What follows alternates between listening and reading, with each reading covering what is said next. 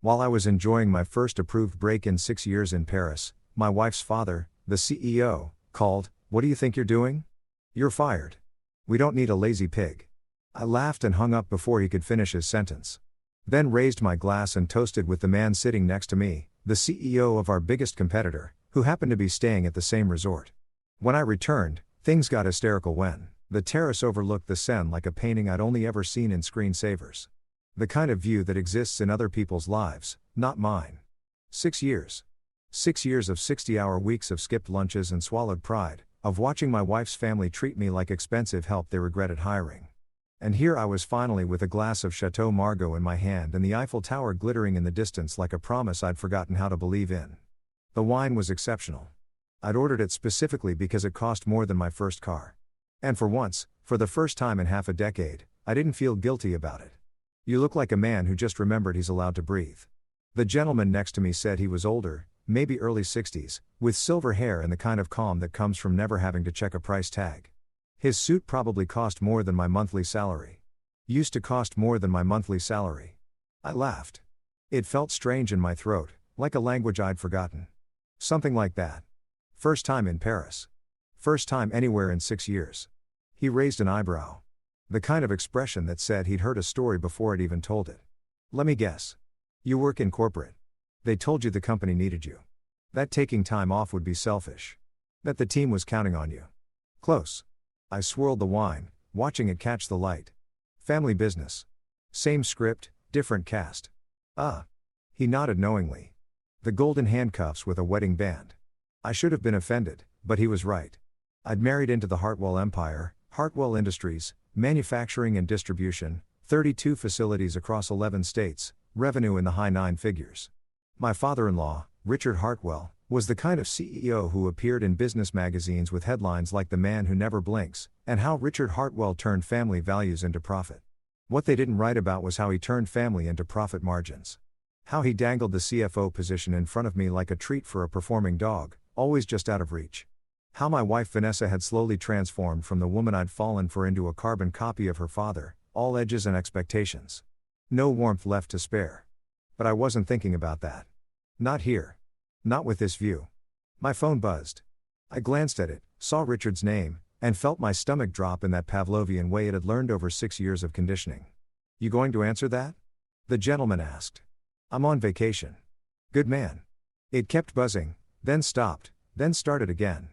I picked it up on the 4th call. "What do you think you're doing?" Richard's voice came through so loud that the gentleman next to me could probably hear it. I held the phone slightly away from my ear. "I'm in Paris, Richard, like I told you I would be. Like I put in the request for 3 months ago. Like you approved." "I approved a weekend." "Not a how long has it been?" 4 days. "It's been 3 days of a 2-week vacation that was approved." I kept my voice level, but I could feel something shifting inside me. Like tectonic plates finally deciding they'd had enough.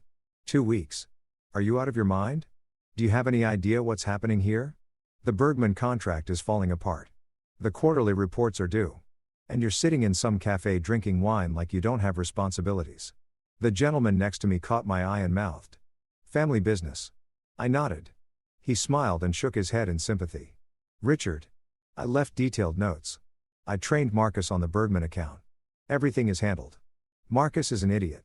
You're the CFO.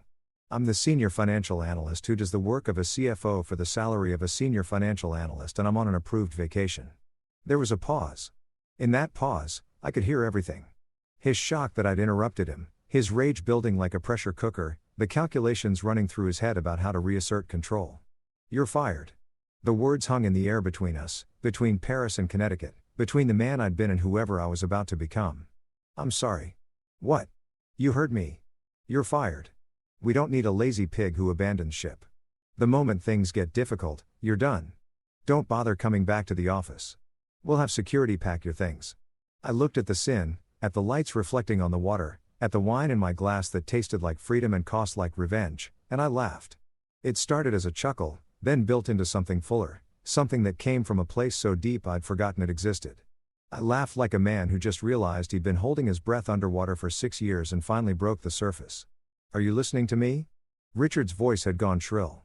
"Oh, I'm listening. I'm just enjoying the moment. See, Richard, Here's the thing. There's no thing I hung up, just pressed the red button, and watched his name disappear from my screen.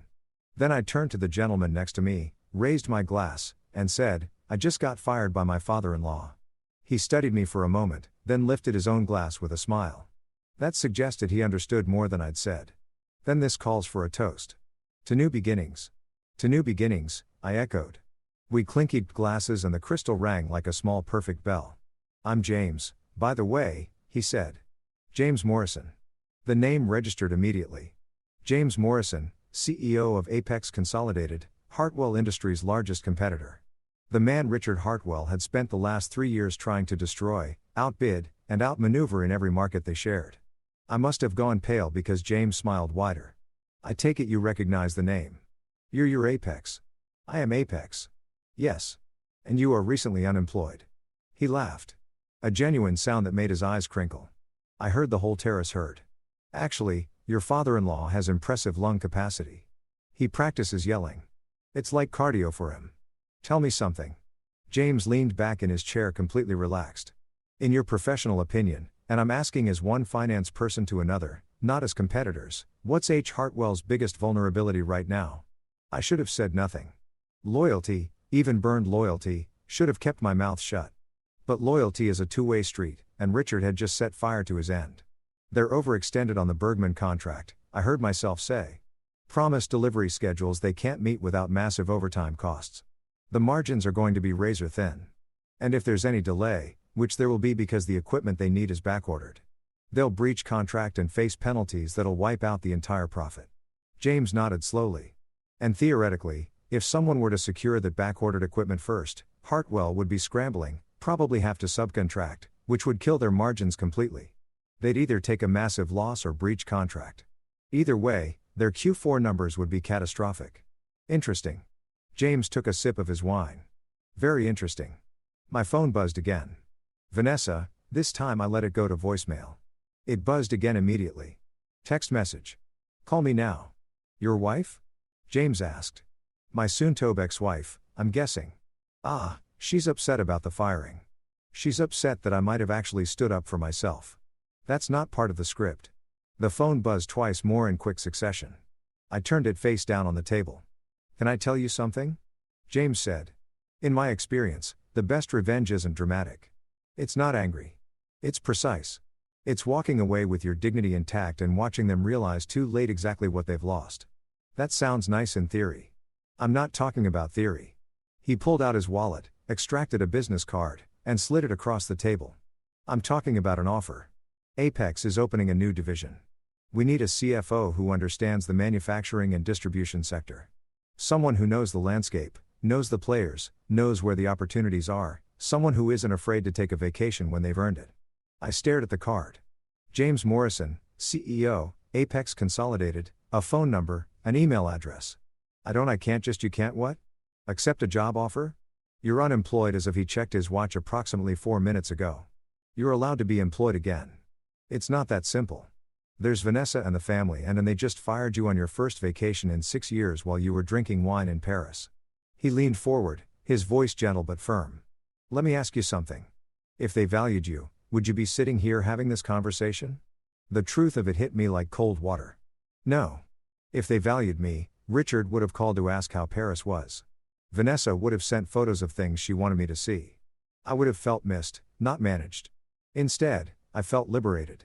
Think about it, James said standing. No pressure, but the offer stands. We can discuss details when you're back in the States. For now, enjoy your vacation. You've earned it. He shook my hand firm. Brief, professional, and walked away, leaving me alone with the sen, the wine, and a business card that felt like a loaded gun. My phone buzzed again. Another text from Vanessa. Dad says, you lied at him. What is wrong with you? I picked up the phone and typed, I'm on vacation. We'll talk when I get back. Her response was immediate. There's nothing to talk about. You're coming home now. I looked at the river, at the lights, at the half-full glass of wine that had cost as much as my first car and tasted like the beginning of something I didn't have a name for yet. Then I typed no, just that, one word, 2 letters, the smallest rebellion possible. I pressed send and watched the message disappear into the digital void. Then I ordered another glass of wine, the same bottle, the same vintage, the same beautiful excess, and I sat there on that terrace overlooking the Seine.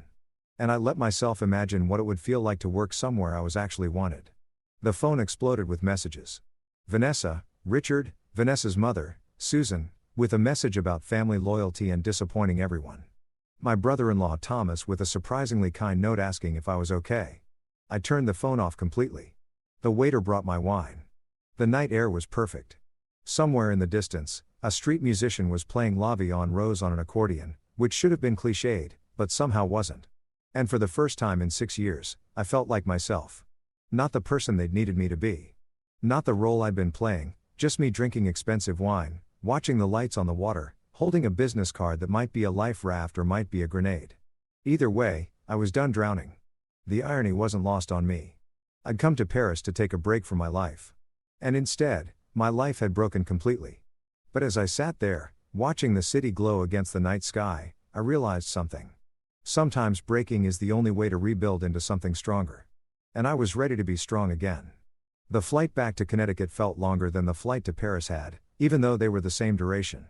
Funny how time works that way, how anticipation makes hours disappear and dread makes minutes stretch like taffy. I'd stayed the full 2 weeks every single day of my approved vacation. Despite the constant barrage of messages, voicemails, and increasingly unhinged emails from Richard, despite Vanessa's threats, then pleading, then cold silence, despite the part of me that whispered I was being childish, that I should just come home and smooth things over like I always did. But I didn't. I visited the Louvre. I ate at cafes where no one knew my name or cared about quarterly projections. I walked along the Seine every evening, sometimes alone, sometimes with James Morrison, who turned out to be staying at the same hotel for a European business tour. We talked about finance, about family businesses, about the particular hell of working somewhere that treated loyalty like a contract with fine print you weren't allowed to read. He never pressured me about the job offer. Never even mentioned it after that first night. But it sat between us like a third presence at every conversation possibility. Dressed in a tailored suit, sipping espresso. On my last night in Paris, James handed me a folder over dinner. What's this? Nothing official. Just some reading material for the flight. Details about the CFO position if you're interested. Salary range, benefits, the usual. He paused, cutting into his steak with surgical precision and maybe some information about Hartwell Industries that you might find enlightening. I opened the folder just enough to see the first page, a financial analysis of Hartwell Industries, complete with projections, market positioning, and several sections highlighted in yellow. Where did you get this publicly available information? Mostly some industry contacts. Nothing. You couldn't find yourself with enough time and the right questions. He met my eyes. I believe in making informed decisions. Whatever you decide about the job offer, you should know what you're walking away from or what you're walking back into. I tucked the folder into my carry-on. Thank you. Don't thank me yet. You haven't read it. I read it on the plane. Every page, every footnote, every highlighted section that James had marked for my attention. And with each page, the picture became clearer and uglier. Hartwell Industries wasn't just struggling, it was hemorrhaging. The Bergman contract I'd mentioned was one of 7 major accounts that were underwater on margins. Richard had been bidding aggressively on contracts, undercutting competitors to win market share, but the actual costs of fulfillment were eating them alive. They were winning battles and losing the war. And someone had been cooking the books to hide it. Not cooking exactly, more like seasoning, creative accounting, optimistic projections presented as certainties, deferred maintenance costs, delayed equipment purchases that would come due eventually with interest. I recognized my own work in some of the reports, but twisted numbers I'd presented with caveats were being shown to the board without context. Conservative estimates I'd calculated were being reported as guaranteed outcomes. My careful hedging had been stripped away, leaving only the optimistic skeleton. And then I found the section about the life insurance policies. Every executive at Hartwell Industries had a keyman life insurance policy standard practice for a family business. If something happened to a critical employee, the company would receive a payout to cover the cost of replacement and training. What wasn't standard was the size of my policy, $15 million, or the fact that it had been increased from $2 million just 8 months ago, right after I'd successfully renegotiated the supplier contracts that had saved the company $4 million in annual costs, or the fact that Richard was the sole beneficiary on behalf of the company, and that there was a clause I'd never seen before about suicide exclusions being waived after the first 2 years. My policy was now in year 6. I read that page 3 times. My coffee going cold in my hands, turbulence rocking the plane while my stomach rocked for entirely different reasons. Maybe it was nothing. Maybe it was standard. Maybe I was being paranoid. But I thought about the increasingly dangerous efficiency consultations Richard had sent me on factory floors where I had to inspect equipment, warehouses where forklifts zipped past within inches, site visits to facilities with questionable safety records. I thought about the time he'd insisted I personally oversee a late-night inventory at the chemical storage facility alone despite that being wildly outside my job description. I thought about how tired I'd been lately. How the coffee at the office had started tasting bitter. How I'd had that weird dizzy spell last month that sent me to the ER, where they'd found nothing wrong but suggested I was probably just overworked and should take a vacation. A vacation Richard had initially approved, then seemed surprised I was actually taking. The plane hit another patch of turbulence and I gripped the armrest. Maybe I was being paranoid. Or maybe 6 years of gaslighting had trained me not to trust my own instincts. I pulled out my phone, still in airplane mode, and looked at the last message Vanessa had sent before I stopped checking. "You're going to regret this. We gave you everything. Everything. A job where I did executive work for analyst pay. A marriage that felt like a performance review. A family that treated me like an asset on a balance sheet. Valuable until I wasn't and then disposable." The flight attendant came by with the breakfast service. I wasn't hungry, but I took the croissant anyway. Picked at it while I watched the sun rise over the Atlantic. Somewhere down there, Connecticut was waiting. Vanessa was waiting, Richard was waiting, and I was flying toward them at 500 miles per hour with a folder full of information that made my 6 years at Hartwell Industries look less like a career and more like a crime scene. The landing was smooth. Logan Airport, then a connecting shuttle to Hartford. I'd left my car at the long-term parking, and it started on the first try, which felt like a small miracle. The drive to our house, Vanessa's house, really bought with Hartwell money before we'd even married, took 40 minutes. 40 minutes of suburban sprawl and familiar exits of radio stations I'd programmed and coffee shops I'd stopped at 1,000 times. It should have felt like coming home. Instead, it felt like being a stranger in my own life. The house was a colonial revival in West Hartford. 4 bedrooms and 3 baths, professionally landscaped with a driveway that could fit 4 cars and usually held Vanessa's Mercedes and my significantly more modest Honda. Today, there were 3 cars in the driveway. Vanessa's Mercedes, Richard's Escalade, and Susan's Lexus. A welcoming committee.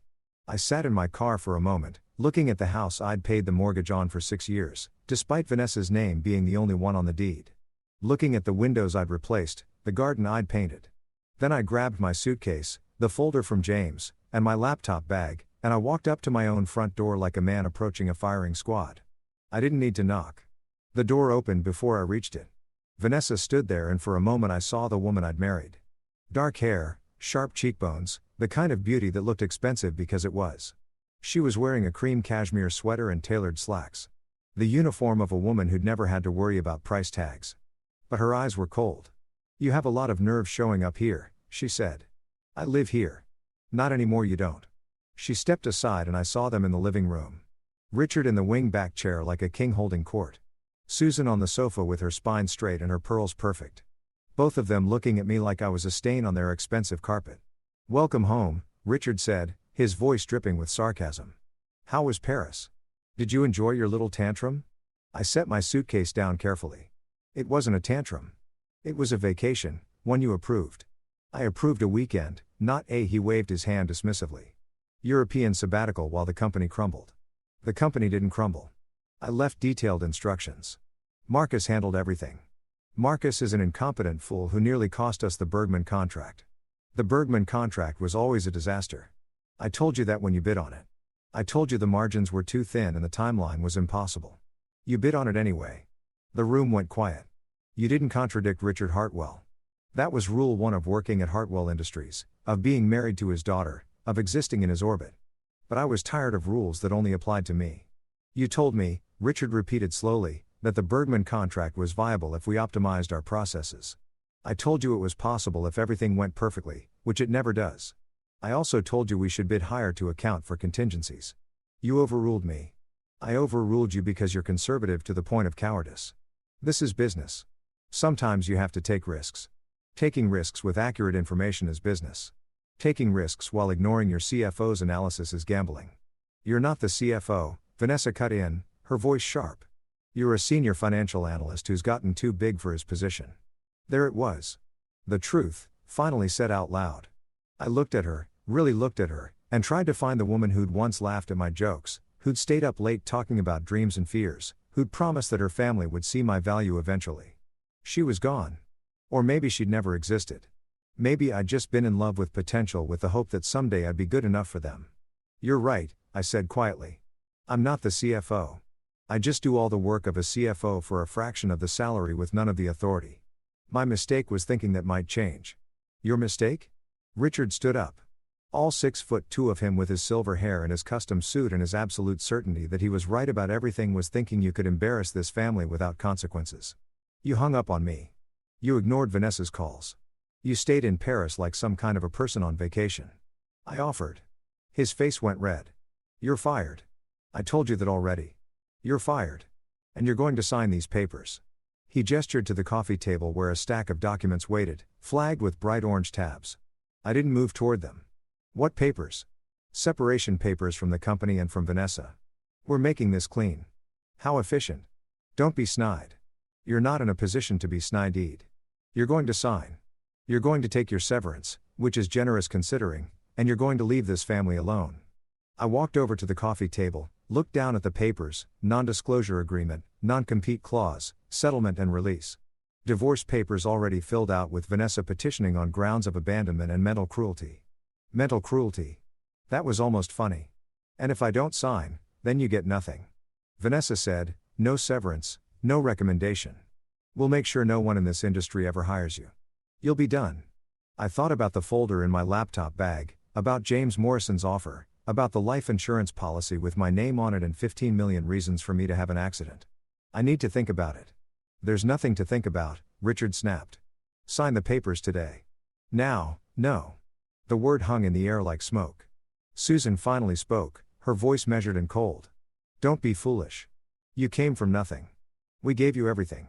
A job, a home, a place in this family. This is more than fair.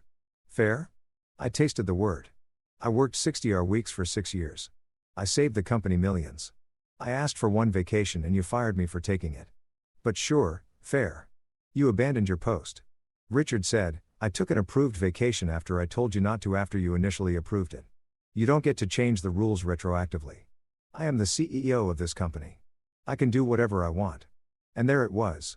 The truth underneath all the corporate speak, all the talk about family values and teamwork. Richard Hartwell could do whatever he wanted.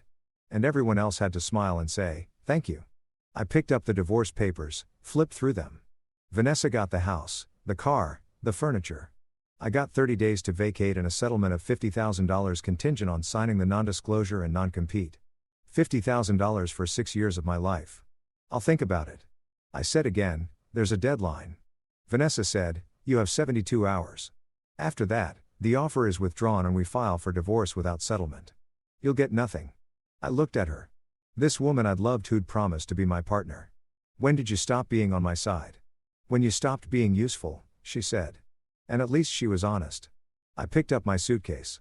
I'll be back for my things. You have 72 hours, Richard reminded me. I walked out of that house, out of that life. And I didn't look back. In my car, I sat with the engine running, looking at the folder from James Morrison. Then I pulled out my phone and dialed the number on his business card. He answered on the second ring. I was wondering when I'd hear from you. I need to know something, I said. That job offer, is it real? Not a pity hire, not a favor. Real. It's real. I need a CFO who understands this industry. You're the best person I know for the job. So, yes, it's real. When can I start? I could hear the smile in his voice. How soon can you get to New York? I can be there tomorrow. Then, let's say tomorrow. 10 a.m. My office. We'll discuss terms, go over the division structure, and if we're both happy, you can sign on immediately. What about the non-compete Hartwell will make me sign? Non-competes are tricky in Connecticut, especially when the firing was retaliatory and the employee was on approved leave. But we'll have our lawyers look at it. I'm not worried. I looked at the house one more time. At the life I'd built that had never really been mine. I'll see you tomorrow, I said. Welcome to Apex, James said, and hung up. I drove to a hotel in Marriott near the highway. Clean and anonymous. I ordered room service, spread the Hartwell documents across the bed, and started reading. By midnight, I had a list of 15 regulatory issues, 8 accounting irregularities, and 1 life insurance policy that made my blood run cold.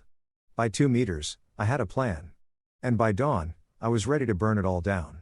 Not with anger, not with drama, with evidence, with precision, with the kind of quiet revenge that Richard Hartwell would never see coming. The Apex Consolidated building in Manhattan was everything Hartwell Industries headquarters. Wasn't sleek glass and steel rising 40 stories above Midtown with a lobby that looked like modern art, had made it with architecture, and produced something beautiful. No wood paneling, no oil paintings of stern-faced founders, just clean lines, natural light, and a reception desk where the security guard smiled at me like I was a person, not an interruption. "You must be Mr. Chen," she said, checking her tablet. "Mr. Morrison is expecting you. 4th floor, suite 4000. The elevators are to your right."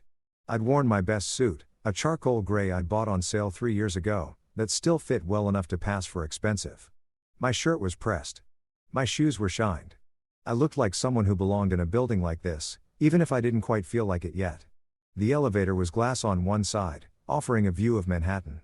As I rose through the building, I watched the city spread out below me. All those lives happening simultaneously. All those people who had no idea that my entire existence had just reshuffled itself like a deck of cards.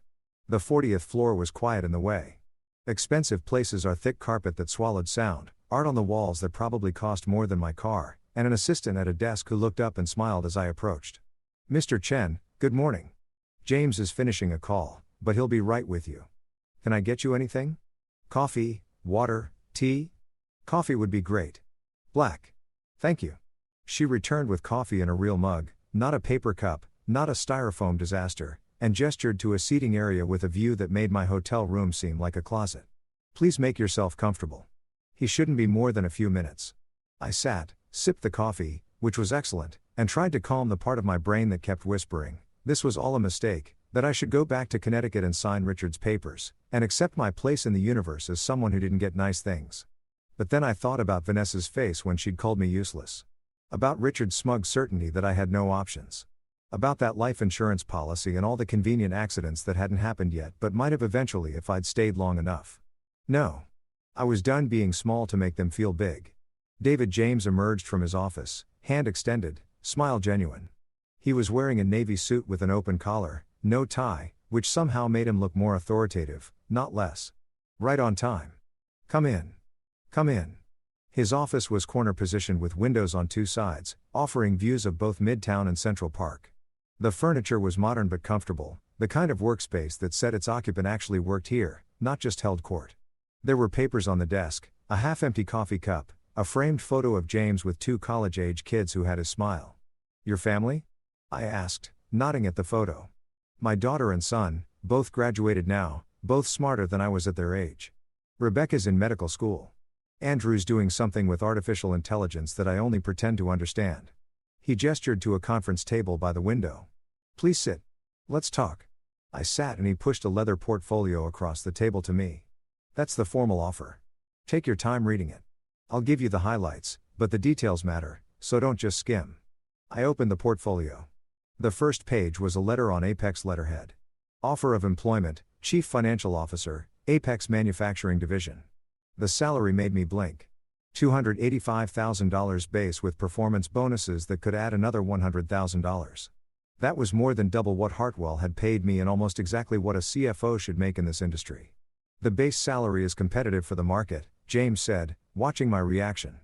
"The bonus structure is tied to division performance metrics, EBITDA growth, cost savings, successful contract negotiations. You hit your targets, you make your bonus. Simple as that." I kept reading health insurance full coverage, no deductible, 401k matching at 6%. 4 weeks paid vacation starting immediately, not acred over time. 4 weeks, I heard myself say, and we actually expect you to take it. Burned out executives make bad decisions. I'd rather you take breaks and stay sharp. He leaned back in his chair. "I saw what Hartwell did to you. That's not how we operate here. Stock options, professional development, budget, relocation assistance if I needed it. The division you'd be overseeing is our newest," James continued. "We're expanding into precision manufacturing medical devices, aerospace components, high-tolerance work. It's a different market than bulk distribution, but the financial principles are the same. You'd have a team of 4 initially with budget to hire more as we scale. 4 people reporting to me initially. I expect that number to grow. We're starting with about $60 million in projected revenue for the first year, scaling to 200 million by year 3 if we execute properly. Your job is to make sure we're profitable at every stage of that growth, not just chasing top-line numbers. It was everything I'd wanted at Hartwell. Responsibility, authority, respect. There's one complication, I said, pulling out the folder Richard had prepared. Hartwell wants me to sign a non-compete 18 months covering the entire manufacturing and distribution sector in the Northeast. James held out his hand and I passed him the document. He read it in silence, his expression neutral, then set it down and smiled. This is barely enforceable. You were fired while on approved leave. That's retaliatory termination. The non-compete is overly broad. And most importantly, you'd be working in a different sector. We're not competing for the same contracts. He slid the paper back to me. Sign it if you want the severance. Our lawyers can break it if Hartwell tries to enforce it, which they won't because they don't want a wrongful termination lawsuit. They offered me $50,000 as severance. Sign it, take the money, and start here next week.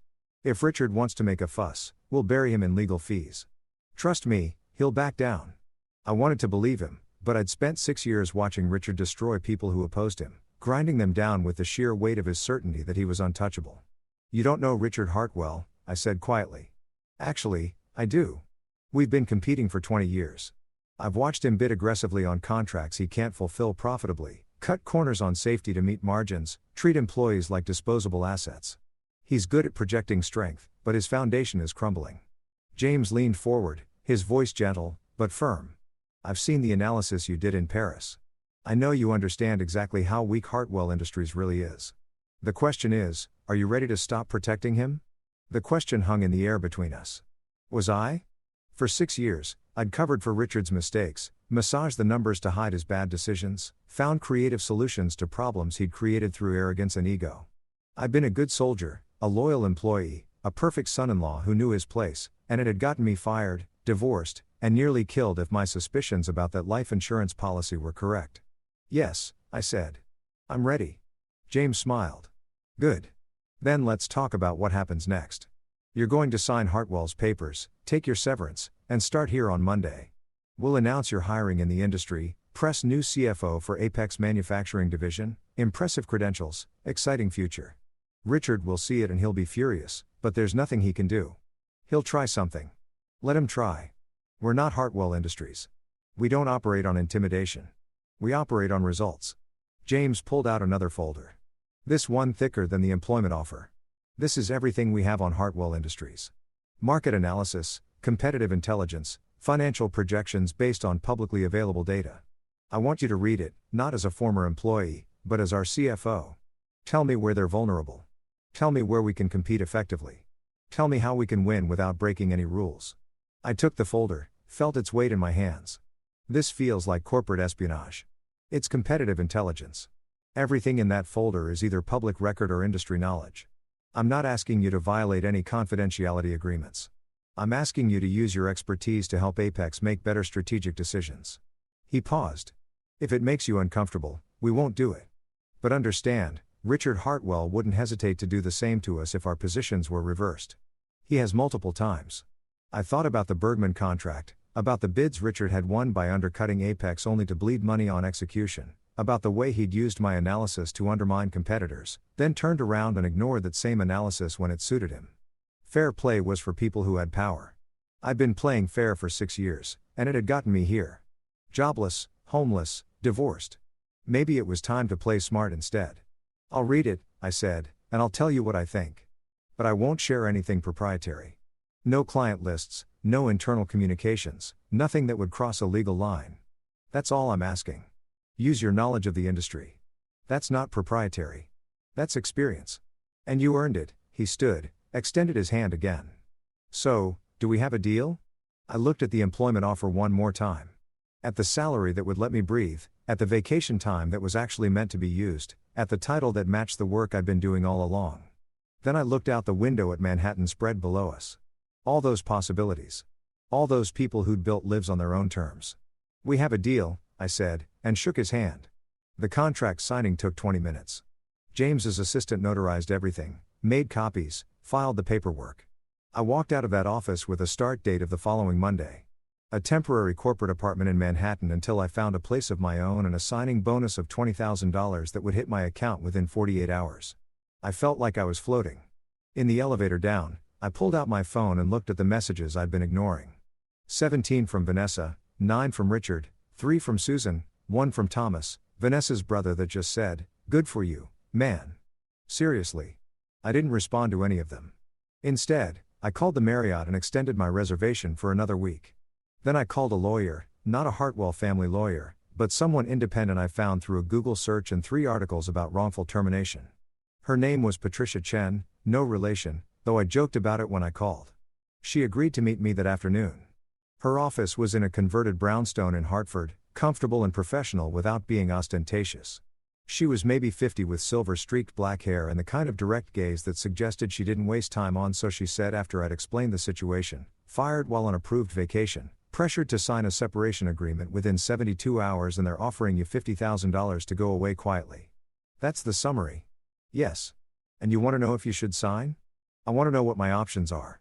She leaned back in her chair, stapled her fingers. Option 1, you sign, take the money, and move on. It's clean, it's fast, and you avoid a legal battle. Option 2, you don't sign, and you sue for wrongful termination. Connecticut is an at-will state. But there are exceptions, retaliation being one of them. If you can prove they fired you specifically for taking approved vacation time, you might have a case. How would I prove that? Do you have documentation that the vacation was approved?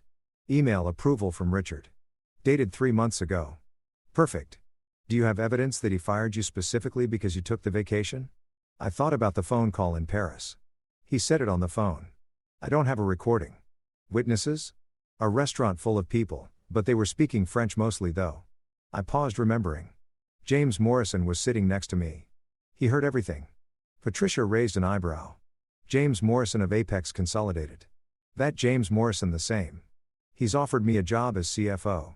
CFO, that complicates things. If you sue Hartwell and you're already working for their competitor, it looks retaliatory on your part, not theirs.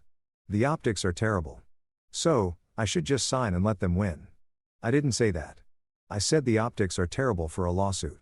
But here's what I'd recommend. Sign the agreement, take the severance, and keep detailed records of everything. Every email, every text message, every communication. Because if Hartwell tries to enforce that non-compete against you, we'll have grounds to argue it's retaliatory and therefore unenforceable. We won't have to prove wrongful termination. We just have to show that the non-compete is being used to punish you for taking legal employment elsewhere. It made sense. Don't fight the battle they wanted me to fight. Wait for them to overreach, then strike. And the divorce, that's trickier. Connecticut is an equitable distribution state, meaning marital assets get divided fairly, not necessarily equally. How long were you married? 6 years. And you worked at Hartwell during that entire time? Yes. Did you contribute to the household income? I paid the mortgage, all the utilities, groceries, most expenses, but the house is in her name only. It was bought before we married with Hartwell money. Her name is the only one on the deed. Patricia made a note. That works in your favor. Actually, if the house is her separate property, you have no claim to it, but she also can't claim you owe her anything for it. What about retirement accounts, savings, investments? I have a 401k from Hartwell with maybe $80,000 in it. She has significantly more family money. Then the divorce should be straightforward. You take your 401k, she takes her assets, you split any joint accounts, and you're done. Don't fight for things that aren't worth the legal fees. She's claiming mental cruelty, Patricia snorted. They always do. It's boilerplate language for no-fault divorce. Don't take it personally. What matters is the asset division and whether there's alimony. Alimony in a 6-year marriage where both parties worked. Unlikely. But if she asks for it, we'll counter with the fact that you were the primary breadwinner for household expenses while she had access to family wealth. It'll go nowhere. I left Patricia's office with a plan. Sign the Hartwell papers, take the severance, start at Apex, and let Richard make the first wrong move because he would. Men like Richard Hartwell always did. They couldn't help themselves. That evening, I sat in my hotel room and read through the Apex folder on Hartwell Industries. Page by page, section by section, I saw my former employer through new eyes. They were overextended in 7 markets. They'd deferred maintenance on critical equipment. They'd underbid on contracts to steal market share, but the actual margins were killing them. Their workforce was demoralized. I could see it in the turnover numbers, in the Glassdoor reviews, in the safety incident reports that were trending upward, and that life insurance policy. $15 million increased right after I'd saved them $4 million. I pulled out my laptop and started making notes. Not about proprietary information I wouldn't violate my confidentiality obligations, but about patterns, about decision processes, about the kind of strategic thinking that led companies to chase short-term wins at the expense of long-term stability. By midnight, I had a 20-page analysis of where Apex could compete effectively without directly challenging Hartwell's existing contracts. New markets, different sectors, better margins. I sent it to James with a simple note. Preliminary thoughts. More to come. His response came back within minutes. This is excellent. You're going to do great here. Get some sleep. Monday's going to be busy. I closed my laptop and lay back on the hotel bed, staring at the ceiling. 72 hours ago, I'd been in Paris drinking wine and pretending my life wasn't falling apart. Now I had a new job, a new future, and a plan. Richard Hartwell had fired me thinking I had nowhere to go. He was about to learn exactly how wrong he was. The Hartwell Industries headquarters looked smaller than I remembered. Maybe it had always been small, and I just convinced myself it was impressive because I needed to believe I was working somewhere that mattered. The building was a converted mill from the 1922. All red brick and arched windows that Richard liked to call historic and authentic, which was corporate speak for outdated and expensive to maintain. I parked in the visitor section. They'd already deactivated my employee badge. Apparently, the security guard at the front desk, Marcus, who I chatted with every morning for 6 years, looked uncomfortable when he saw me. Mr. Chen, I'm sorry. I have to, I know. Visitor badge. I'm here to see Richard Hartwell. He's expecting me. Marcus made the call, his voice low, then slid a temporary badge across the desk. 3rd floor. But you know that already. Thanks, Marcus. How's your daughter doing? She was applying to colleges, right? His face softened. Got into UConn. Full ride. She's over the moon. That's wonderful. Tell her congratulations from me. I will. And Mr. Chen, for what it's worth. I'm sorry about how things went down. I clipped the visitor badge to my jacket. Not your fault. Take care of yourself. The elevator ride to the 3rd floor felt longer than the 40-story ascent at Apex had. Familiar territory is always harder to leave than new ground is to claim. I saw the water stain on the ceiling that facilities had been meaning to fix for 2 years. The motivational poster about teamwork that someone had hung ironically and that Richard had never noticed was ironic. The smell of burned coffee from the break room where the pot was always left on too long. This had been my life, my daily reality, and I'd thought it was normal. The executive suite was at the end of the hall behind double doors that were supposed to look impressive but mostly just looked heavy. Richard's assistant, Jennifer, who'd always been kind to me, glanced up from her desk with an expression I couldn't quite read. David, they're waiting for you in the conference room. They Mr. Hartwell, Mrs. Hartwell, and Vanessa. And the lawyers? Of course, there were lawyers. Thanks for the warning, Jennifer. She lowered her voice. I put together your termination paperwork. They didn't give me much to work with for the severance calculation. I'm sorry. You did what you could. I appreciate it. The conference room was the largest one in the building with a long mahogany table that could seat 20 minutes, but today held only 5. Richard at the head, Susan to his right, Vanessa to his left, and 2 men in expensive suits who radiated attorney-like cologne. Richard didn't stand when I entered. You're late. I checked my watch. I'm 2 minutes early, actually. I said 10 o'clock. Your assistant said 10:30. He waved his hand dismissively, as if the contradiction was my fault somehow. Sit down. Let's get this over with.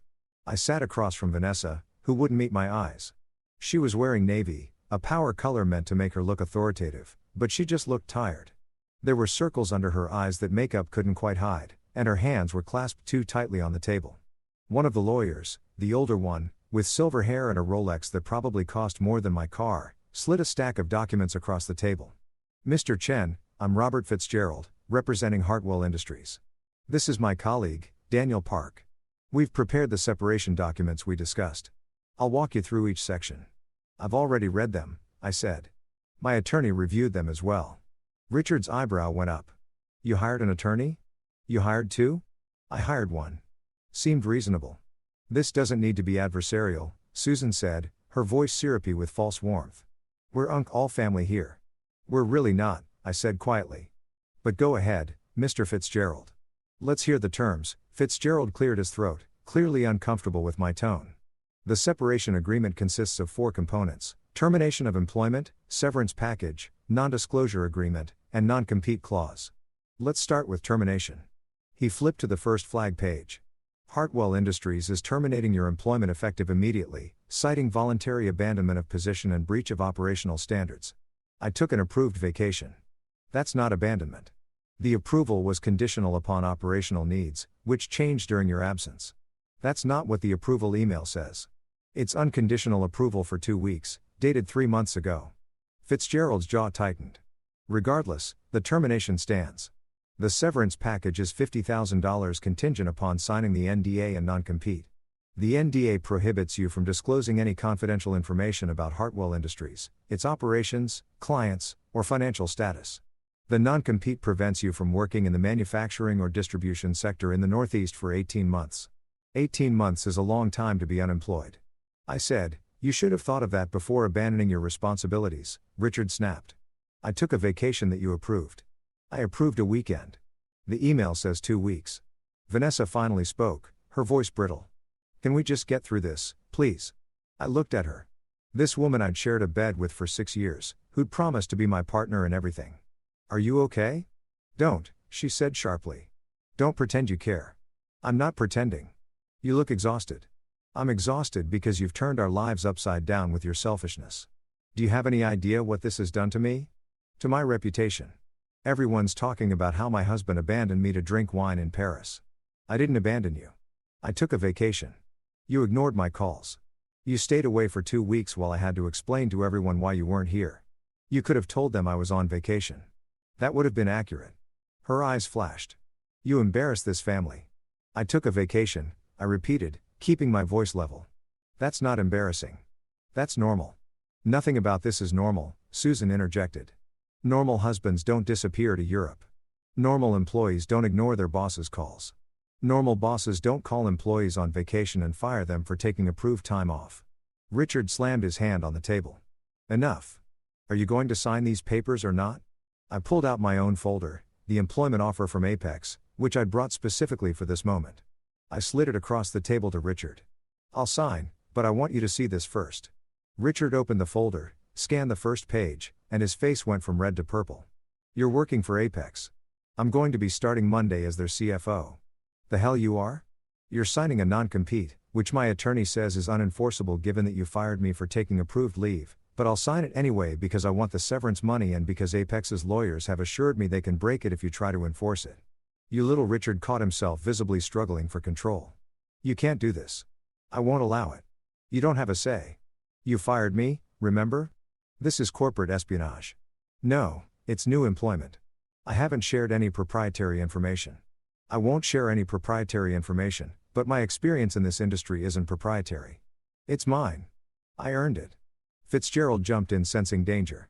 "Mr. Chen, if you sign this non-compete and then work for Apex, Hartwell Industries will have grounds to sue both you and Apex for breach of contract.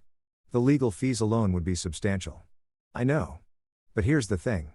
My attorney also explained that wrongful termination lawsuits can be quite expensive, especially when there's clear documentation that I was fired for taking approved vacation time, especially when there are witnesses." I looked directly at Richard. "How loud were you yelling when you called me in Paris? Loud enough for the whole restaurant terrace to hear? Loud enough that James Morrison, who was sitting next to me, heard every word?" The room went very quiet. "You're bluffing," Richard said, but his voice had lost its certainty. "I'm not. I have the email approving my vacation. I have witnesses to your phone call. I have documentation of 6 years of exemplary performance reviews. And I have James Morrison willing to testify that you fired me specifically and solely for taking approved time off." I leaned forward. "So, here's what's going to happen. I'm going to sign your papers. I'm going to take your $50,000 and I'm going to start work at Apex on Monday. And you're not going to do anything about it because if you try to enforce that non-compete, I will bury you in a wrongful termination lawsuit that will cost you 10 times the severance and legal fees alone. And that's before we get to punitive damages." Fitzgerald and Park exchanged glances. They knew I was right. Employment law in Connecticut was tricky, and retaliatory termination cases could get very expensive very quickly. "You ungrateful?" Susan started. "Ungrateful?" The word came out sharper than I intended. I worked 60-hour weeks for 6 years. I saved this company millions. I asked for one vacation and you fired me for taking it. And somehow I'm the ungrateful one. "We gave you everything," Vanessa said, her voice breaking. "A job, a home, a family. You gave me a job I was overqualified for at half the market rate. A home with my name on the mortgage, but not the deed. And a family that treated me like an employee they couldn't quite fire. I softened my voice. I'm not trying to hurt you, Vanessa. Any of you. I'm just done letting you hurt me. She looked away, blinking rapidly. Richard grabbed the Apex offer letter, scanning it more carefully this time. I watched his face change as he saw the salary, the title, the terms, everything I'd asked him for over the years and been denied. $285,000. He read aloud. Plus bonuses plus stock options. He looked up at me. This is what you think you're worth. This is what the market thinks I'm worth. It's what a CFO makes in this industry. You know that. You're not a CFO. You're a senior analyst. Who did all the work of a CFO? Who saved you $4 million on supplier contracts? Who fixed your accounting systems? Who covered for your bad decisions so many times I lost count? I kept my voice steady. You knew what I was worth, Richard. You just didn't want to pay it. Fitzgerald cleared his throat. Perhaps we should take a brief recess. No recess, Richard said. He wants to sign. Let him sign. But I want an amendment to the NDA, anything he learned while working here, any knowledge of our operations, our clients, our strategies. That's confidential. He shares any of that with Apex and we'll sue him into bankruptcy. I already agreed to that. I said the NDA is fine. I won't share client lists, internal communications, or proprietary processes. My attorney confirmed that's reasonable. What about the Bergman contract? Richard demanded. You worked on that. You know the details. I know you underbid by approximately 30% to win it and that you're going to lose money on fulfillment, but I don't know the specific terms. I don't have access to the contract documents and I won't share anything proprietary about it. What I will do is tell Apex not to bid on similar contracts because the margins are terrible. But that's strategic advice based on industry knowledge, not corporate espionage. Fitzgerald made a note. We should add specific language about the Bergman contract. No, I interrupted. The NDA covers all confidential information. We don't need special carve-outs for individual contracts. That just creates ambiguity. Park, the younger attorney, finally spoke up. He's right. The broader language is actually more protective. Specific exemptions create loopholes. Richard looked like he wanted to argue, but Fitzgerald nodded in agreement. Mr. Park is correct. The current NDA language is comprehensive. Fine. Richard shoved the papers toward me. Sign it. Take your money and get out of my building. I pulled out my pen, a M. Blanc I bought myself years ago, back when I still believed expensive things could make you feel valuable, and turned to the first flagged page, the termination agreement. I read it one more time, looking for traps. It said I was terminated for operational needs, not cause, which meant I could collect unemployment if I needed to. The severance was contingent on signing the other documents, but there was no clawback provision. If they later decided they didn't like what I was doing. I signed the NDA standard language about not disclosing confidential information. Nothing I hadn't already agreed to in my original employment contract. I wouldn't share client lists or internal documents. I could live with that. I signed the non-compete. 18 months manufacturing and distribution sector Northeast region. My attorney had already confirmed it was overly broad and likely unenforceable, especially given the circumstances of my termination, but I'd sign it, take the severance, and let Hartwell make the first move if they wanted to challenge my employment at Apex. I signed and finally the divorce papers. This was the part I'd been dreading, though I wasn't sure why. The marriage had been over long before Paris. Maybe it had been over from the beginning, and I'd just been too hopeful to see it. The terms were actually reasonable. No alimony, clean split of assets. Vanessa kept the house in her accounts. I kept my 401k in my car. We divided the joint checking account about $8,000 down the middle. No children, thankfully, to complicate things. I looked at Vanessa before I signed this one. She was staring at her hands, at the wedding ring she was still wearing, at the manicured nails and the diamond bracelet her parents had given her for our 5th anniversary. Vanessa, I said quietly. She looked up and for just a moment, I saw something in her eyes that might have been regret or maybe just exhaustion. It was hard to tell anymore. I'm sorry it came to this, I said. Are you? Because you seem pretty happy about your new job. I'm relieved about the job, but I'm sorry about us. I really thought we could make it work. So did I. Her voice was barely a whisper. But you changed. I took a vacation. You stopped being the person I married. Maybe I stopped being the person you needed me to be. Those aren't the same thing. She didn't answer. Just looked back down at her hands. I signed the divorce papers. Fitzgerald gathered all the documents, checking each signature, each initial, each flagged section. Everything appears to be in order.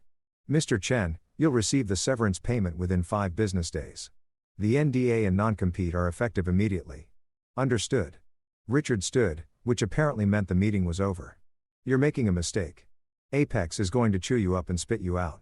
And when they do, don't come crawling back here. I wouldn't dream of it, I said, standing as well. But for what it's worth, Richard, you should probably look into the equipment maintenance backlog and the safety incident trend line and maybe bid more realistically on your next few contracts. Just some friendly advice from someone who used to care about this company's success. His face went red again. Get out. I'm going. I looked at Vanessa one more time. Take care of yourself. She didn't respond. I walked out of that conference room, past Jennifer's desk where she gave me a small sad smile, past the motivational posters and the water-stained ceiling and the burned coffee smell and out into the parking lot where my car was waiting. My phone buzzed as I unlocked the door. A text from James Morrison. How did it go? I typed back. Signed everything. I'm officially unemployed for the next 4 days. Perfect. Enjoy the break. See you Monday. I sat in my car for a moment, looking at the building where I'd spent 6 years of my life, where I'd worked late nights and skipped lunches and sacrificed weekends, where I believed that loyalty and hard work would eventually be rewarded. Then I started the engine and drove away. I didn't look back. Monday morning arrived with the kind of crisp autumn sunshine that makes New York City look like it's trying to sell you something. I stood outside the Apex building at 9:30 a.m., coffee in hand, wearing a new suit I'd bought over the weekend, navy blue, perfectly tailored. The kind of suit that said CFO instead of senior analyst pretending to be important. The difference was subtle but significant, like the difference between being invited to a party and crashing one. My phone buzzed. A text from my bank. Deposit $50,000 Hartwell Industries severance payment. I stared at the number for a moment, feeling something complicated twist in my chest. $50,000 for 6 years of my life. It should have felt like an insult. Instead, it felt like freedom seed money for whatever came next. A cushion that meant I didn't have to be afraid anymore. I'd already moved most of my things out of the house in West Hartford. Vanessa had been gone when I came by with a U-Haul, which was probably for the best. There wasn't much to take. Some clothes, my books, my laptop, a few pieces of furniture that had been mine before the marriage. Everything else belonged to that life, and I didn't want it anymore. The corporate apartment Apex had set me up with was in Hell's Kitchen, a 1-bedroom with actual closet space and windows that didn't face a brick wall. It was temporary, 6 months, while I found a permanent place, but it felt like a palace compared to the hotel I'd been staying in. David, I turned to see James Morrison approaching, also with coffee. Also looking ready to start the week. He was wearing a gray suit today, still no tie, still radiating that effortless authority that came from actually earning respect instead of demanding it. First day nerves? He asked, falling into step beside me. Is it that obvious? You're early? You're wearing a new suit and you've been standing outside for 5 minutes like you're afraid the building might not let you in. He smiled. It's normal. Come on, let's get you settled. The 40th floor looked different on a Monday morning, alive with people, voices, the hum of a workplace that actually functioned. We passed cubicles and offices where employees were settling in, coffee cups appearing on desks, computers booting up, the ritual dance of a workday beginning. People looked up as we passed. Some nodded at James. A few smiled at me with curious interest. The new CFO probably discussed in break rooms and whispered about in hallways. I wondered what they'd been told. Probably not the full story, probably just experienced hire from the manufacturing sector or something equally vague. My office was 3 doors down from James' corner position, windows overlooking Midtown, furniture that was actually nice instead of corporate standard. There was a desk with a computer already set up, a conference table, bookshelves waiting to be filled, and a small couch by the window. Your team is meeting in the conference room at 10 o'clock, James said, leaning against the doorframe. I'll introduce you, give you some time to get to know each other, and then we'll have lunch to go over the division strategy. Sound good? Sounds perfect. Good. Oh, and David. He paused. Welcome to Apex. I'm glad you're here. After he left, I stood in my office for a moment, just taking it in. My name was already on the door, a temporary placard that would be replaced with something permanent once I proved I could do the job.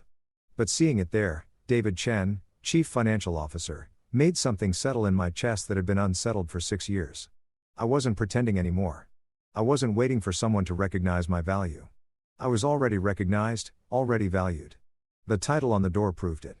My computer password was on a welcome packet on my desk along with a stack of orientation materials, an organizational chart, and a handwritten note from someone named Sarah. Welcome to the team. I'm your executive assistant. Let me know if you need anything. Coffee preferences, meeting schedule adjustments, human sacrifice to the gods of finance. I'm here to help. Sarah, I laughed already. I liked Sarah. The computer logged in smoothly. No IT issues, no waiting for access permissions, no bureaucratic delays. Everything worked. It was such a small thing, but after 6 years of fighting with Hartwell's ancient systems and their IT department that treated every request like an imposition, it felt revolutionary. I spent the next 20 minutes reviewing the materials. The manufacturing division was indeed new, only 3 months old with projected first-year revenue of 60 million and aggressive growth targets. Current staff was lean, 42 employees across operations, sales, and finance. My team consisted of 4 people. A senior accountant, a financial analyst, a payroll specialist, and a cost accountant. Small, but that nimble meant we could build processes right from the start instead of trying to fix broken ones. At 9:55, I headed to the conference room. 4 people were already there chatting over coffee and pastries that someone had thoughtfully provided. They all looked up when I entered, and I felt that familiar flutter of first-day anxiety. Good morning, I said. I'm David Chen. I'm excited to be here. A woman in her 40s stood up first, extending her hand. Margaret Wu, senior accountant. We're excited to have you. We've been running without a CFO for 2 months, and it's been chaotic. Controlled chaos, corrected a younger man with hipster glasses and a Michigan hoodie. I'm Alex Rodriguez, financial analyst. Emphasis on controlled. Barely controlled, said a woman with gray streaked hair pulled back in a neat bun. Patricia Okonkwo, payroll specialist. And don't let Alex fool you. It's been a mess. A functional mess, but still a mess. The 4th person, a thin man in his 30s who looked like he survived on coffee and anxiety, just nodded. Tom Brennan, cost accounting. I have reports for you whenever you're ready. Lots of reports. So many reports. I look forward to reading them, I said, and meant it. But first, let's talk about what you need from me. James is going to stop by in a few minutes to do official introductions. But before that, what's keeping you up at night? What problems need solving? They exchanged glances, and I could see the calculation happening. New boss, first day. How honest should we be? You can be direct, I said, sitting down at the table instead of standing at the head of it. I just came from 6 years of corporate politics where no one said what they actually meant. I'd love to work somewhere people tell me the truth. Margaret smiled. Okay, truth. Our accounting software is barely functional. It was supposed to be implemented fully by now, but it keeps delaying and we're running half the processes manually in spreadsheets. Truth. Alex added, our revenue projections are aggressive to the point of fantasy. We're supposed to hit 60 million this year, but we're tracking at maybe 45. And no one wants to tell James that his baby isn't growing as fast as he hoped. Truth. Patricia said, payroll is a nightmare because we're hiring so fast that I'm constantly onboarding new people and HR keeps changing the benefits packages and I'm not sure we're actually in compliance with all the state regulations for our multi-state workforce. Tom just slid a thumb drive across the table. Truth. All of our cost data is on here and it's going to make you want a drink. We're losing money on 3 of our 7 active contracts because sales promise delivery schedules we can't meet and operations is bleeding overtime costs to try. I picked up the thumb drive, felt its weight. This was exactly the kind of honesty I'd been craving. Okay, I said. Here's what we're going to do. Margaret, get me details on the software issues, what's not working, what we need, timeline for fixes. Alex, I want to see the revenue projections and the actual tracking data. We're going to revise those projections to something realistic and present them to James together. Patricia, let's get a compliance audit scheduled. I'd rather find problems ourselves than have a state regulator find them for us. And Tom, I'm going to spend this afternoon going through your data and then we're going to have a long conversation about contract pricing and delivery schedules. They all looked slightly stunned. That's it, Margaret said. No angry speech about how we need to work harder. No lecture about loyalty and commitment. Why would I do that? You've been holding things together without a CFO for 2 months. You clearly work hard. What you need is support, not lectures. I paused. Unless you want lectures. I can do lectures if that's what motivates you. Alex laughed. Please don't. We've had enough lectures from sales about attitude and team spirit. No lectures then. Just solutions. The door opened and James walked in with another man. Tall, athletic build, expensive suit, practice smile. David team, Good morning. I wanted to introduce you to Marcus Levy, our VP of Sales for the Manufacturing Division. Marcus, this is David Chen, our new CFO. Marcus extended his hand and I shook it. His grip was firm to the point of aggressive, the handshake of someone who thought strength was a substitute for competence. David, great to meet you. James speaks highly of you. His tone was friendly, but his eyes were calculating. Looking forward to working together. Likewise, I said, keeping my voice neutral. James clapped his hands together. Marcus, why don't you fill David in on the sales pipeline? Give them a sense of what we're working with. Marcus launched into a presentation that sounded rehearsed: number of active leads, conversion rates, projected Q4 closings. It was impressive on the surface, the kind of numbers that would make a board of directors smile. But I'd heard these presentations before. I'd given these presentations before, back when I'd been trying to make Richard Hartwell's bad decisions sound like good strategy. Those are strong numbers, I said when Marcus finished. What's the average margin on these contracts? Varies by contract, but we're competitive. That's the key. We're winning business by being competitive on price. How competitive? Well, the market, it's tight. We have to be aggressive to win deals. What's the average margin? I asked again more directly. Marcus shifted his weight. Depends on the contract specifics. Ballpark, 20%, 15, 10. Some contracts are lower margin, but we make it up on volume. What's the lowest margin contract we've signed? I kept my tone conversational, but I could see Tom and Alex exchanging glances. They knew where this was going. Marcus smiled, but it didn't reach his eyes. Look, I appreciate you wanting to dig into the details, but sales and finance have different priorities. My job is to win business. Your job is to make the numbers work. My job, I said carefully, is to make sure we're profitable. And if we're winning contracts at margins so thin that we lose money on execution, that's not good business. That's just expensive market share. The room went very quiet. James leaned against the wall, arms crossed, expression neutral. He was watching this play out with interest but not intervening. I think you're being overly conservative, Marcus said, the friendly tone fraying slightly. This is a growth phase. We have to be aggressive. Aggressive is fine. Reckless is not. Tom, what's the lowest margin contract we're currently executing? Tom looked at Marcus, then at me, then at James, then he said, the dentist contract. We're projected to lose about 8% on it after factoring in overtime and material cost overruns. We're not losing money, Marcus protested. That's just Tom's conservative accounting. That's accurate accounting, Tom said quietly. We underbid by 32% to win the contract. Even with perfect execution, we'd barely break even. With the delays we've had, we're underwater. Marcus' face flushed.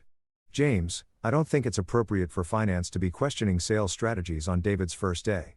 Actually, James interrupted, his voice mild but firm. I think it's exactly appropriate. David's job is to make sure we're building a sustainable business, not just a large one. If we're winning contracts that lose money, I need to know that. He looked at me. What do you recommend? Short term. Tom and I need to review every active contract and identify which ones are underwater. For those, we either renegotiate terms or we eat the loss and learn from it. Long term, we need a pricing approval process. Sales proposes contract terms. Finance reviews margins and risk. And we both sign off before we commit. No more surprises. That's going to slow down our sales cycle. Marcus objected. It's going to prevent us from going bankrupt. I countered. Fast growth is meaningless if we're losing money on every sale. James nodded slowly. I agree. David, work with Marcus to develop that approval process. Marcus, I want you to cooperate fully. We're building something sustainable here, not just chasing revenue numbers. Marcus' smile was tight. Of course, whatever the company needs. He left shortly after and the tension in the room eased noticeably. Well, Margaret said after a moment of silence. That was quite a first-day show. Too much? I asked. No, James said, pushing off from the wall. That was exactly right. Marcus is excellent at winning business. But he needs someone to keep him honest about pricing. That's your job, he looked at the team. David has my full support on this. Finance isn't an obstacle to growth. It's a partner in sustainable growth. Anyone have a problem with that? Heads shook. Alex was grinning. Good, David. I'll let you get acquainted with your team. We'll do lunch at 1 to discuss division strategy. Margaret, Tom, Alex, Patricia. Give him everything he needs. Transparency is our policy. After James left, The four of them looked at me with something between respect and amusement. You just went toe-to-toe with Marcus Levy on your first day, Alex said. He's going to hate you. Will that be a problem? Probably. But it was worth it. He's been running roughshod over operations and finance since the division started, and no one's had the authority to push back. Margaret stood up, gathering her materials. I like you, David. You're direct. We could use more direct around here. The rest of the morning was a blur of introductions, system login, document reviews, and coffee. So much coffee. Sarah, my assistant, turned out to be a cheerful woman in her 20s, who was frighteningly efficient and had already organized my calendar, scheduled follow-up meetings with each team member, and somehow procured my preferred coffee order without me telling her what it was. How did you know I drink black coffee? I asked when she delivered the third cup of the morning. I asked Margaret what she thought you'd drink based on the vibe you gave off. She said, black coffee, no sugar, like a man who's done with everyone's nonsense. Was she right? Disturbingly accurate. She's good at reading people. It's why she's lasted through 3 CFO searches before you. 3. The division is new, but we've had some false starts on leadership. You're number 4. But I have a good feeling about you. She smiled. You stood up to Marcus. The others didn't. At 1 o'clock, James collected me for lunch. We went to a small Italian place 2 blocks from the office, tucked into a side street that looked like it had been there since before the neighborhood got expensive. Owner's a friend, James explained as we were seated at a quiet corner table. Food's excellent, and it's private enough that we can talk business without worrying about who's listening. We ordered pasta for me, risotto for James, and then he pulled out a tablet and opened a presentation. This is where we are, he said, showing me charts and graphs.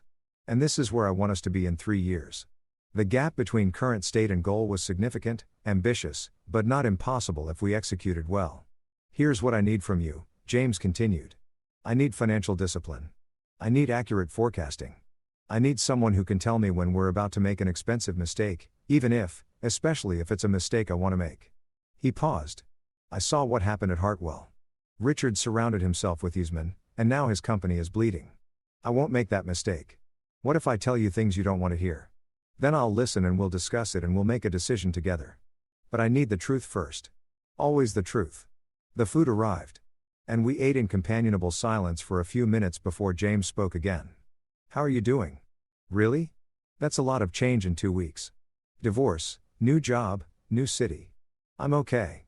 Better than okay, actually. For the first time in years, I feel like I'm where I'm supposed to be. Good. But if that changes, if you need support, my door is open. We take care of our people here. I believed him. That was the strange part. After 6 years of corporate doublespeak, I actually believed that James Morrison meant what he said. We spent the rest of lunch discussing division strategy, growth targets, and the kind of company culture James wanted to build. It was everything I'd hoped for and nothing I'd experienced at Hartwell. When we got back to the office, there was a flower arrangement on my desk. White lees and blue irises, elegant and expensive. The card read, "Congratulations on your new position. We're watching RH." I stared at it for a long moment, feeling my good mood evaporate. Sarah appeared in the doorway. Those just arrived. Pretty, right? Who's RH? Someone from my past, I said, pulling the card off and tucking it into my desk drawer. Sarah, can you have these sent to the hospital? Donate them to the children's ward or something. Sure, but are you okay? You look like someone just walked over your grave. I'm fine. Just old ghosts. After she left with the flowers, I sat at my desk and pulled up Tom's thumb drive. Time to see exactly how bad the contract situation was. But in the back of my mind, Richard's message echoed. We're watching. Let them watch, I thought. Let them see what happens when you actually value your employees. Let them watch while I built something better than they ever could. 3 weeks into my tenure at Apex, I'd settled into a rhythm that felt almost suspiciously comfortable. My team was responsive and competent. James trusted my judgment. The work was challenging, but not soul-crushing. I had weekends, again, actual weekends, where I didn't check email or feel guilty for existing outside the office. It felt too good to last. I should have known that Richard Hartwell wasn't the type to send flowers and then disappear quietly into the night. Men like him didn't accept defeat. They regrouped. They strategized. And they struck back when you least expected it. The first sign of trouble came on a Thursday morning. I was reviewing cost projections for the new aerospace contract. A legitimate opportunity that would actually make money, unlike the Denison disaster Marcus had saddled us with, when Sarah appeared in my doorway, looking uncharacteristically serious. David, there's someone here to see you. He says it's urgent. Do we have an appointment? No. He just showed up. Says his name is Douglas Brennan and he's a fraud investigator with the SEC. My stomach dropped. The SEC Securities and Exchange Commission. Should I call legal? Yes. And tell Mr. Brennan I'll be with him in a few minutes. After Sarah left, I sat very still, my mind racing through possibilities. The SEC didn't show up at your office for friendly chats. They showed up when they thought something illegal was happening. But what? Apex was a private company. We didn't have publicly traded securities. Unless someone had filed a complaint. Unless someone had suggested that I'd brought proprietary information from Hartwell. Unless Richard had decided to burn me down using federal investigators as his weapon. I picked up my phone and called James. We have a problem, I said when he answered. SEC investigator in the lobby asking to speak with me. There was a pause. I'll be right there. James arrived at my office 30 seconds before the legal team did. Two attorneys I'd met briefly during orientation. Both now looking alert and focused. The lead attorney, Catherine Reeves, was a woman in her 50s with steel gray hair and the kind of calm that came from years of handling crisis. What do we know? She asked. Nothing yet. Just that there's an SEC investigator who wants to talk to me. Don't say anything without me present. In fact, let me do most of the talking. You confirm facts. You don't volunteer information. Understood. Understood. Douglas Brennan was a man in his early 40s with thinning hair and the tired eyes of someone who'd seen too many people lie to him. He was waiting in the small conference room, a briefcase on the table in front of him, everything about his posture radiating bureaucratic authority. Mr. Chen, he said, standing to shake my hand. Thank you for seeing me. I'm Douglas Brennan, senior investigator with the Securities and Exchange Commission. He produced credentials that looked official enough to make my palms sweat. This is Catherine Reeves, our general counsel, I said. And James Morrison, our CEO. Brennan nodded at them. I appreciate you making time. I'll try to keep this brief. Mr. Chen, I'm here regarding a complaint filed against you alleging securities fraud and theft of proprietary information.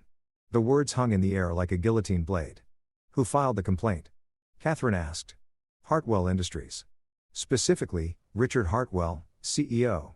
Brennan pulled documents from his briefcase. The complaint alleges that Mr. Chen, while employed as senior financial analyst at Hartwell Industries, accessed confidential financial information with intent to use it for personal gain. Further, that upon his termination, he immediately joined a competitor and is currently using that information to harm H. Hartwell's business interests. That's absurd, I said.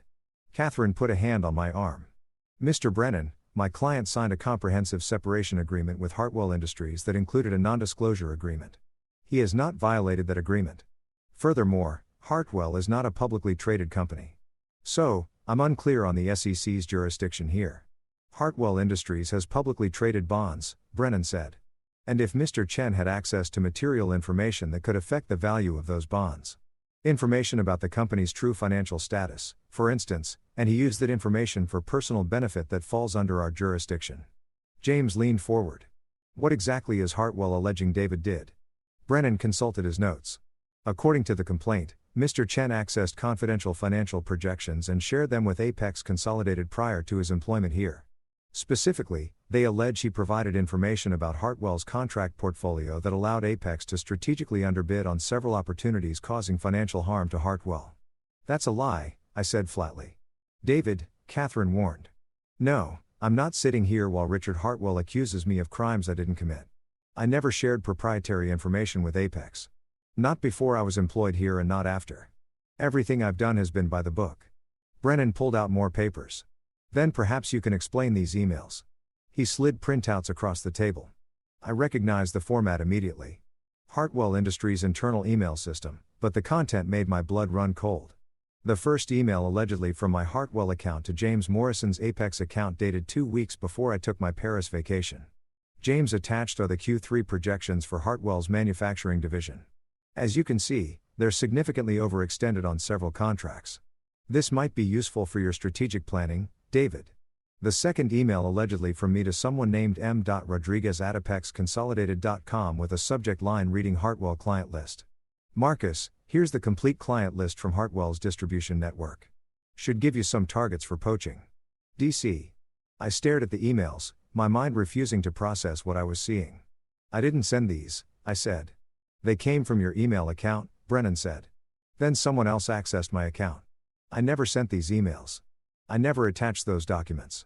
This is fabricated. Can you prove that? Brennan asked, his tone neutral, but his eyes sharp. Catherine jumped in. Mr. Brennan, my client is entitled to examine the digital forensics on these emails before responding to allegations based on them. I'd like copies of the full email headers, server logs, and any authentication data. We're still gathering that information from Hartwell's IT department. Then this interview is premature. You're asking my client to respond to allegations supported by evidence he hasn't been allowed to examine. That's not how this works. Brennan nodded, unbothered. That's fair, but I will need to speak with Mr. Chen again once we have complete documentation. In the meantime, I'd advise against any communication with former Hartwell employees or access to Hartwell systems. I don't have access to Hartwell systems. I said I was terminated 3 weeks ago, and yet these emails were sent from your account, which suggests someone else is using my credentials, which means Hartwell has a security problem. Not that I committed fraud. Brennan stood collecting his papers. We'll be in touch. Mr. Chen, I'd strongly advise you to retain criminal counsel. This is a serious matter. After he left, the four of us sat in silence for a long moment. This is Richard, I said finally. This is him trying to destroy me. Can he do this? James asked Catherine. Can he just fabricate evidence and file SEC complaints? If the evidence is fabricated, no. But we'll need to prove it's fabricated, which means forensic analysis of those emails, server logs, authentication records. She looked at me. David, I believe you, but we need to build an airtight case. Did you have any communication with James or anyone at Apex before your employment? Just the conversation in Paris in person. Nothing in writing until after I was fired. Good. We can verify that through James' email records and phone logs. What about your Hartwell email account? Who had access to it? IT department. Obviously, Richard as CEO probably had administrative access to everything. Vanessa might have known my password. We shared passwords sometimes for household accounts. Could she have accessed your work email? I thought about it. Maybe she knew I used the same password for most things. I changed it after the divorce papers were filed. But before that, I trailed off, realizing how careless I'd been. Catherine made notes. Okay, here's what we're going to do. First, I'm bringing in a digital forensics expert to analyze those emails. Second, we're going to pull all of your communications records, email, phone, text to prove you had no contact with Apex regarding Hartwell information. Third, we're filing a complaint with the Connecticut Bar about Hartwell's attorneys. If they were involved in fabricating this evidence, what about the SEC investigation? I asked. We cooperate fully. We provide evidence of your innocence, and we make Hartwell look like the bad actors they are. But David, she fixed me with a serious look. You need to tell me right now if there's anything at all that could support their allegations. Even something small, even something you thought was innocent.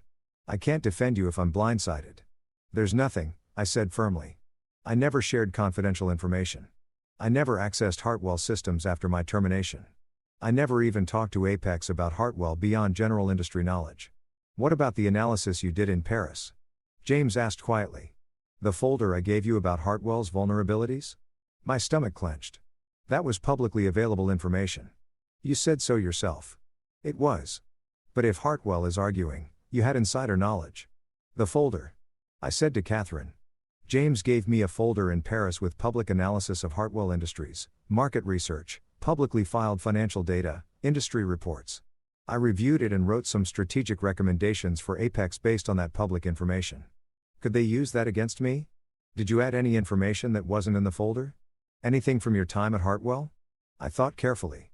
I made observations about Hartwell's bidding patterns and operational decisions, but those were based on industry knowledge, not proprietary data. I didn't share client names, contract terms, internal communications, nothing confidential. Catherine nodded slowly. That should be defensible. Industry expertise isn't proprietary. But we'll need to be very careful about how we present this. Brennan is going to try to blur the line between expertise and espionage. So, what do? I asked. You do your job. You don't contact anyone at Hartwell. You don't delete any emails or files. You document everything. And you let us handle the legal side. She stood. I'll start working on this immediately. James, I'll need authorization to bring in outside forensics experts. Whatever you need, James said. Blank check. We protect our people. After Catherine left, James and I sat in the conference room, the city sprawling below us through floor-to-ceiling windows. "I'm sorry," I said. "I never meant to bring this kind of trouble to Apex. This isn't your fault. This is Richard Hartwell being exactly who he is, a bully who can't stand losing." James turned to look at me. "Are you okay?"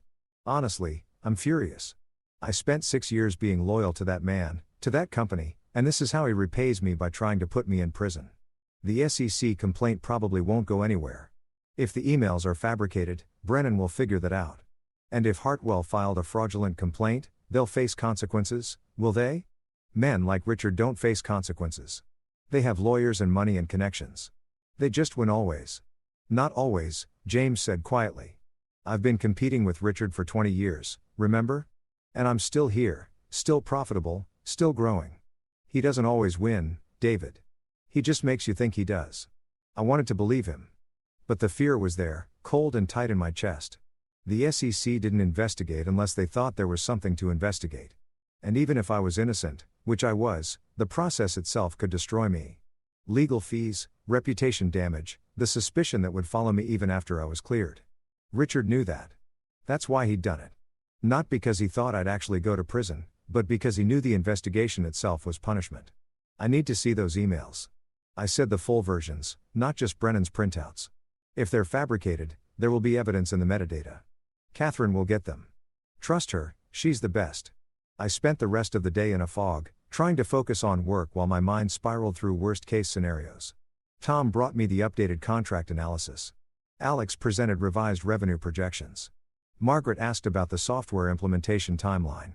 I gave answers, made decisions, did my job on autopilot while internally I was screaming. At 6 o'clock, Sarah knocked on my door. "David, you have a visitor. She says she's your ex-sister-in-law." I looked up confused. "What? Emily Hartwell?" "She says it's important." Emily, Vanessa's younger sister. I'd always liked Emily. She was the only member of the Hartwell family who'd ever treated me like a person instead of an employee. She'd been away at graduate school for most of my marriage, studying environmental policy at Berkeley, and we'd only seen each other at holidays and family events. "Send her in," I said, curious. Emily looked different than I remembered. Her hair was shorter, her clothes more professional, but she still had that same direct gaze that had always made her seem older than her 26 years. "David," she said, closing the door behind her. "I'm sorry to show up unannounced.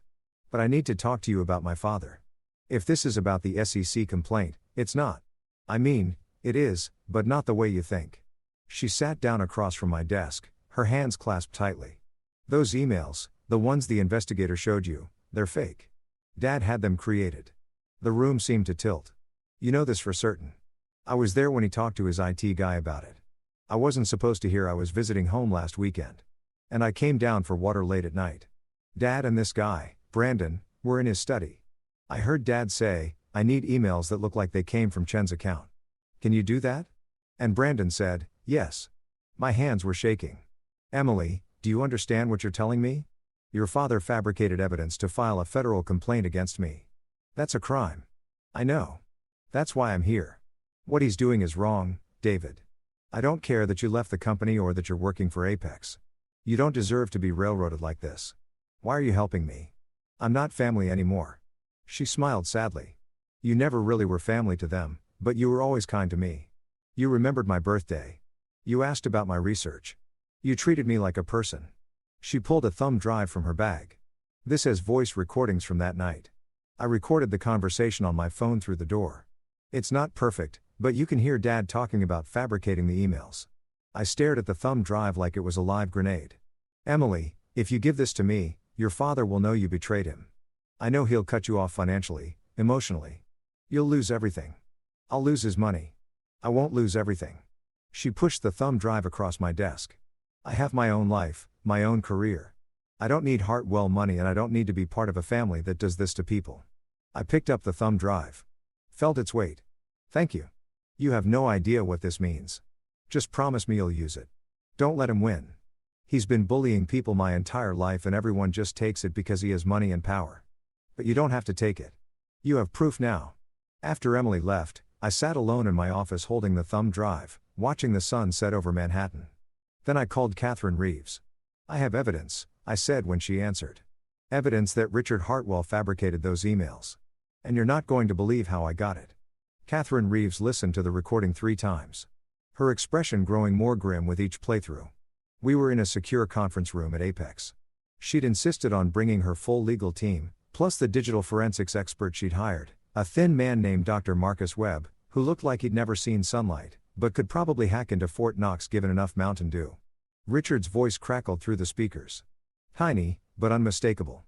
I need emails that look like they came from Chen's account. Can you do that?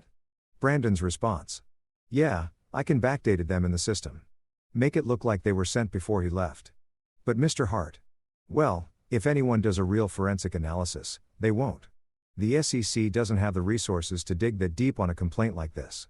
They'll see the emails, talk to Chen, and even if they don't charge him, the investigation alone will destroy his reputation. That's all I need. Junis, there was a pause. Then Brandon again, what about the content?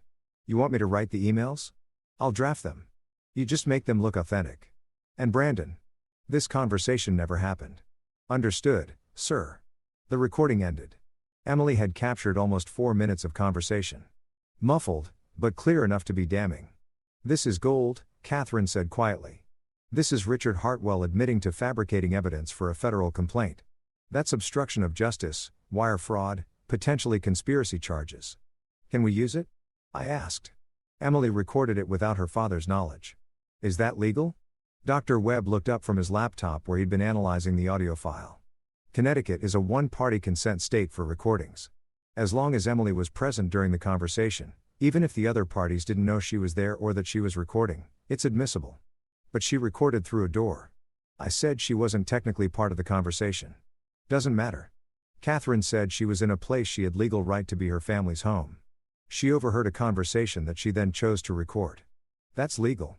The question isn't admissibility. It's what we do with it. We give it to the SEC, I said immediately. Eventually, yes, but we need to be strategic here. Catherine pulled up a document on her tablet. Right now, the SEC is investigating you based on Hartwell's complaint. If we immediately produce evidence that Hartwell fabricated the complaint, several things happen.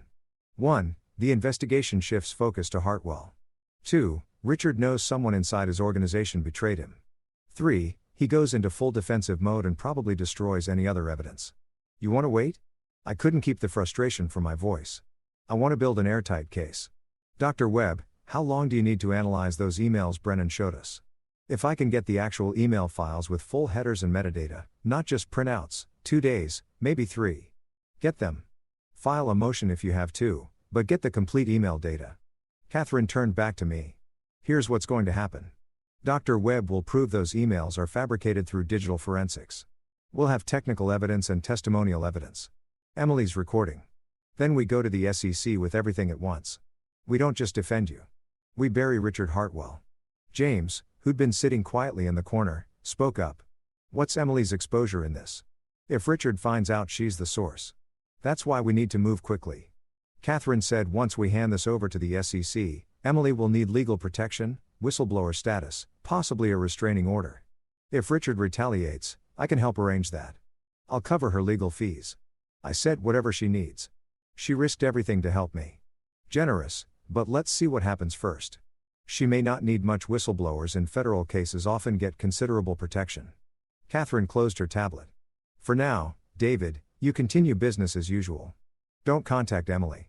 Don't contact anyone at Hartwell. Don't do anything that could be construed as retaliation or witness tampering. Let us handle this through proper channels. How long? I asked. 1 week, maybe 2. Dr. Webb does his analysis. We package everything together and we present it to Brennan with a formal complaint against Hartwell Industries for filing a fraudulent SEC claim.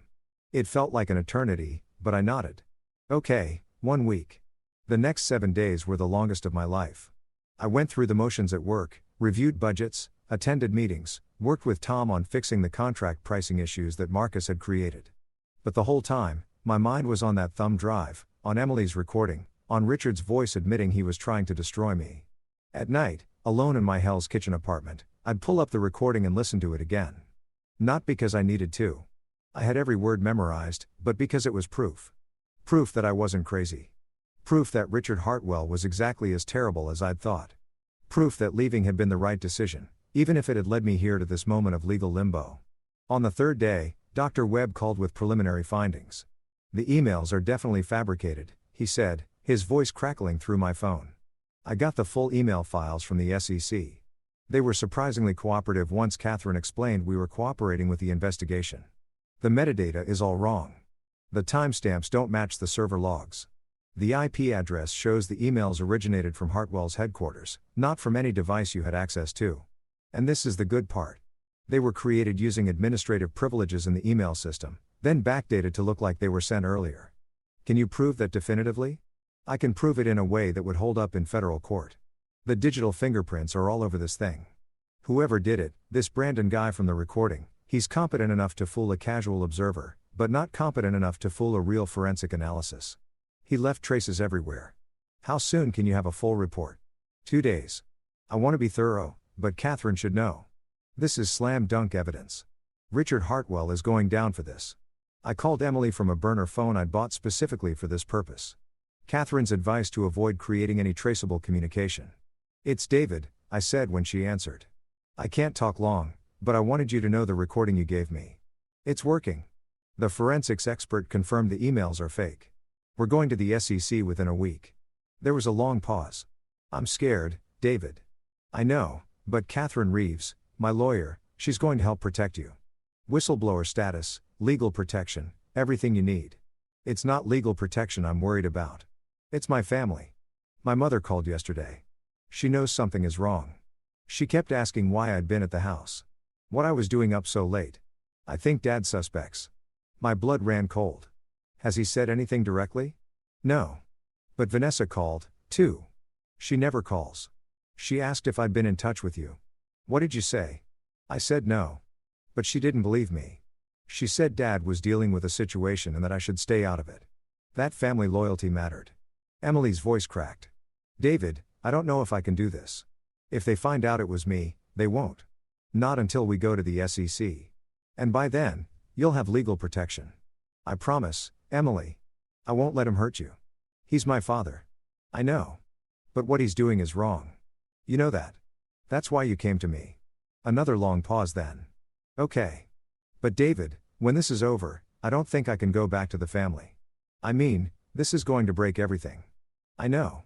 I'm sorry. Don't be. I've been looking for an excuse to leave for years. You just gave me a good one."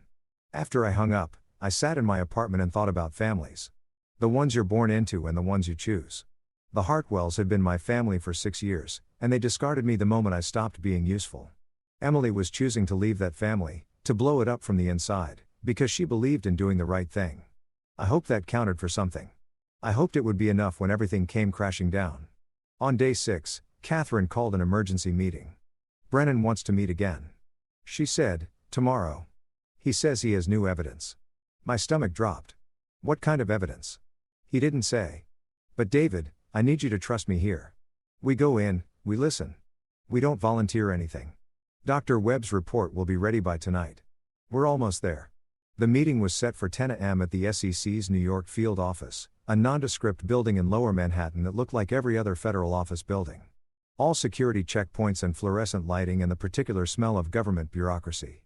Brennan met us in a conference room with another investigator, a woman named Sandra Pacheco, who introduced herself as his supervisor. That was the first warning sign supervisors didn't attend routine interviews. "Mr. Chen, thank you for coming in," Brennan said, his tone more formal than it had been during his office visit. "This is Supervisory Agent Pacheco. She's taken an interest in your case." "Why?" Catherine asked bluntly. Pacheco smiled slightly. "Because it's gotten complicated. Mr. Chen, we've completed our preliminary analysis of the emails that formed the basis of Hartwell Industries' complaint against you." I kept my expression neutral, but my heart was racing. And Catherine prompted, "And we've found significant irregularities. The emails appear to have been created after the dates they claim to have been sent. The metadata doesn't match the content. The IP addresses are inconsistent with Mr. Chen's known devices and locations." Pacheco slid a folder across the table. "In short, we believe these emails were fabricated." Catherine and I exchanged the briefest glance. She'd been right. The SEC had figured it out on their own. "That's what we've been trying to tell you," I said carefully. "We know, and we owe you an apology for the inconvenience of this investigation." Pacheco's tone was professional, but there was something else underneath: anger. Maybe or disgust. However, this raises a more serious question. Who fabricated these emails and why? That's obvious, isn't it? I said. Richard Hartwell filed the complaint. Richard Hartwell provided the emails. They came from Hartwell Industries' email system. We're aware, which is why we're now opening a criminal investigation into Hartwell Industries for filing a false complaint, fabricating evidence, and obstruction of justice. Pacheco leaned forward. Mr. Chen, I need to ask you directly. Do you have any information about how these emails were created? Any knowledge of who at Hartwell might have been involved? This was it. The moment we'd been waiting for. Catherine spoke before I could. Agent Pacheco, before my client answers that, I need certain assurances.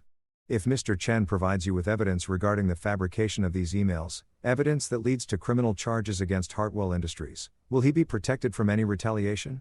He's already protected as a complainant in a federal investigation. If he becomes a witness in a criminal case, those protections expand considerably. And what about other witnesses? If there are individuals at Hartwell who can provide testimony about the fabrication, what protections can you offer them in the fabrication? One pretty sense, Pacheco's eyes sharpened. We have a robust whistleblower protection program. Anyone who comes forward with evidence of corporate fraud receives protection from retaliation and in some cases financial rewards if their information leads to successful prosecution or settlement. Catherine pulled out a flash drive, not Emily's original, but a copy Dr. Webb had made and certified. Agent Pacheco, my client has come into possession of a recording made by a member of the Hartwell family. In this recording, Richard Hartwell explicitly discusses fabricating emails to frame my client. We also have a comprehensive forensic analysis of the emails in question prepared by Dr. Marcus Webb, a certified digital forensics expert. We're prepared to provide both pieces of evidence along with testimony from my client and the individual who made the recording in exchange for full immunity for Mr. Chen and whistleblower protection for the source. Brennan and Pacheco looked at each other. Something passed between them. Surprise, interest, maybe excitement. This had just become a much bigger case. Let me hear the recording, Pacheco said. Catherine plugged in the flash drive and pulled up the audio file. Richard's voice filled the conference room, talking casually about fabricating federal evidence like he was ordering lunch. By the time it finished, Pacheco's jaw was tight. Who made this recording? She asked. Emily Hartwell, Richard Hartwell's younger daughter. She overheard the conversation and recorded it. She came to my client because she believed what her father was doing was wrong. Where is she now? Safe and willing to testify, provided she receives appropriate protection. Pacheco stood up, started pacing. This is significant. If we can corroborate this recording with the forensic evidence, we have a case for multiple felonies, conspiracy to commit fraud, obstruction of justice, filing false statements to a federal agency. She turned to Brennan. Get legal on the phone. We need witness protection agreements drafted immediately. What about my client? Catherine asked. Your client is no longer under investigation. As of right now, he's a witness. And Miss Hartwell, assuming her testimony holds up, will be treated as a whistleblower with full protections. Pacheco sat back down, her demeanor completely changed. Mr. Chen, I need you to tell me everything. Every interaction with Richard Hartwell, every detail about your employment at Hartwell Industries, everything that led up to this moment. Don't leave anything out. So, I told her all of it. The 6 years of overwork and underpay. The vacation Richard had approved and then used as an excuse to fire me. The separation agreement and the divorce. The suspicious life insurance policy that had been increased right before I was sent on increasingly dangerous site visits. The flowers with the threatening note. Everything. Catherine stopped me when I got to the life insurance policy. Wait, go back to that $15 million policy increased from $2 million 8 months before you were terminated. Yes, I found out when I was reviewing Hartwell's financial documents in Paris. James had given me public analysis and I noticed the disclosure about Keyman insurance policies and their bond offering documents. Pacheco and Brennan exchanged looks again. Mr. Chen, Pacheco said carefully. If Richard Hartwell substantially increased your life insurance policy and then began placing you in increasingly dangerous situations, that could suggest attempted murder, Catherine finished. Or at minimum, reckless endangerment. My hands were shaking. Hearing someone else say it, hearing a federal agent acknowledge that my paranoia might have been justified made it real in a way it hadn't been before. Do you have documentation of these site visits? Brennan asked. Emails assigning you to inspect facilities, visit warehouses, that kind of thing. I might. I'd have to check my old email archives. Check them. And Mr. Chen, don't go anywhere alone until we've talked to Richard Hartwell. If he's desperate enough to fabricate federal evidence, he's desperate enough to do something much worse. We left the SEC office 2 hours later with immunity agreements for me, whistleblower protection for Emily, and an active criminal investigation into Richard Hartwell and Hartwell Industries. In the car back to Apex, Catherine was on her phone coordinating with Emily's new legal team. I sat in the back seat watching New York slide past the windows, feeling like I was in someone else's life. "David," Catherine said when she'd finished her call. "You did good today. You and Emily, you stood up to a bully and you're going to win. It doesn't feel like winning yet. It will. When the indictments come down, when Richard Hartwell is arrested, when the truth comes out and everyone knows what he did, that's when it will feel like winning." I wanted to believe her, but mostly I just felt tired. Tired of fighting. Tired of looking over my shoulder. Tired of being afraid. My phone buzzed. A text from James. Catherine filled me in. "Take the rest of the week off. Seriously, rest. You've earned it." Another text. This one from an unknown number. "It's Emily. New phone. They're moving me to a safe house until the investigation is complete. Thank you for believing me and for protecting me." I replied, "Thank you for being brave enough to do the right thing. Stay safe." That night, I sat in my apartment with a glass of wine, not expensive Paris wine, just a decent Pinot Noir from the bodega down the street, and I thought about justice. For 6 years, I believed that working hard and being loyal would be enough. That Richard Hartwell would eventually see my value and reward it. That the system was fair, that good things happen to good people, that patience was a virtue. I'd been wrong about all of it. The system wasn't fair. Good things didn't happen to good people. Good things happened to people who fought for them. And patience wasn't a virtue. It was just another word for accepting less than you deserved. Richard Hartwell was about to learn that lesson the hard way, and I was going to watch him fall. The news broke on a Tuesday morning. 3 weeks after my meeting with the SEC, I was in my office reviewing quarterly projections with Alex when Sarah burst through the door without knocking, a first for her, which told me immediately that something major had happened. "Turn on CNBC," she said, already grabbing the remote for the television mounted on my wall. "Right now." The screen flickered to life, showing a news anchor with the kind of serious expression reserved for market crashes and CEO arrests. Behind her, a chyron scrolled across the bottom. "Breaking. Manufacturing CEO arrested on federal fraud charges. Richard Hartwell, CEO of Hartwell Industries, was taken into custody this morning by FBI agents at the company's Connecticut headquarters. Federal prosecutors have charged Hartwell with conspiracy to commit fraud, obstruction of justice, and filing false statements to the Securities and Exchange Commission. According to the indictment, Hartwell allegedly fabricated emails to frame a former employee in an attempt to damage that employee's career and harm a competitor." Alex let out a low whistle. Holy, the footage cut to shaky cell phone video of Richard being walked out of the Hartwell Industries building in handcuffs. FBI agents on either side of him. His face was red, his mouth moving, probably yelling, though there was no audio. Behind him, I could see employees watching from the windows, their expressions shocked. Joining us now is legal analyst Jennifer Kwan. Jennifer, how serious are these charges? Very serious, Tom. We're talking about multiple federal felonies here. Conspiracy to commit fraud carries up to 5 years in prison. Obstruction of justice, another 5 years. Filing false statements to a federal agency. Another 5. If convicted on all counts, Richard Hartwell could be looking at 15 to 20 years in federal prison. My phone started ringing. James, then Catherine, then a number I didn't recognize. Then another. Sarah muted the TV. "I'm guessing you knew this was coming." I knew it was possible. I didn't know it would be today. The phones are going crazy. Every business reporter in New York wants a statement. What should I tell them? Tell them no comment for now. Root everything to Catherine Reeves. After Sarah left, I sat down heavily in my chair. Alex was still staring at the television where they were now showing old footage of Richard at industry conferences, smiling and confident. The very picture of success. "That's your father-in-law," Alex said. "Your ex-father-in-law, I mean." "Yes. And he tried to frame you for securities fraud." "Yes." "Jesus. David, why didn't you tell us?" "Because it was being handled and because I didn't want to be defined by it." I looked at him. "I'm the CFO of Apex Manufacturing Division. That's what matters. Not Richard Hartwell's crimes." Still, Alex shook his head. "This is going to be everywhere. Every trade publication, every business news site, Hartwell Industries is going to be in free fall." He was right. By noon, the story had exploded across every platform. Bloomberg, Reuters, The Wall Street Journal, all running variations of the same headline. Manufacturing CEO arrested and fraud scheme targeting former employee. Some outlets had already connected the dots. I saw my name in several articles. Sources indicate the former employee in question is David Chen, who left Hartwell Industries in September and is now CFO of Apex Consolidated's manufacturing division. My phone kept ringing. I ignored most of it, but I took Catherine's call. "Have you seen the news?" she asked. "Hard to miss it. The U Attorney's Office will be making a formal statement this afternoon. They'll lay out the charges in detail.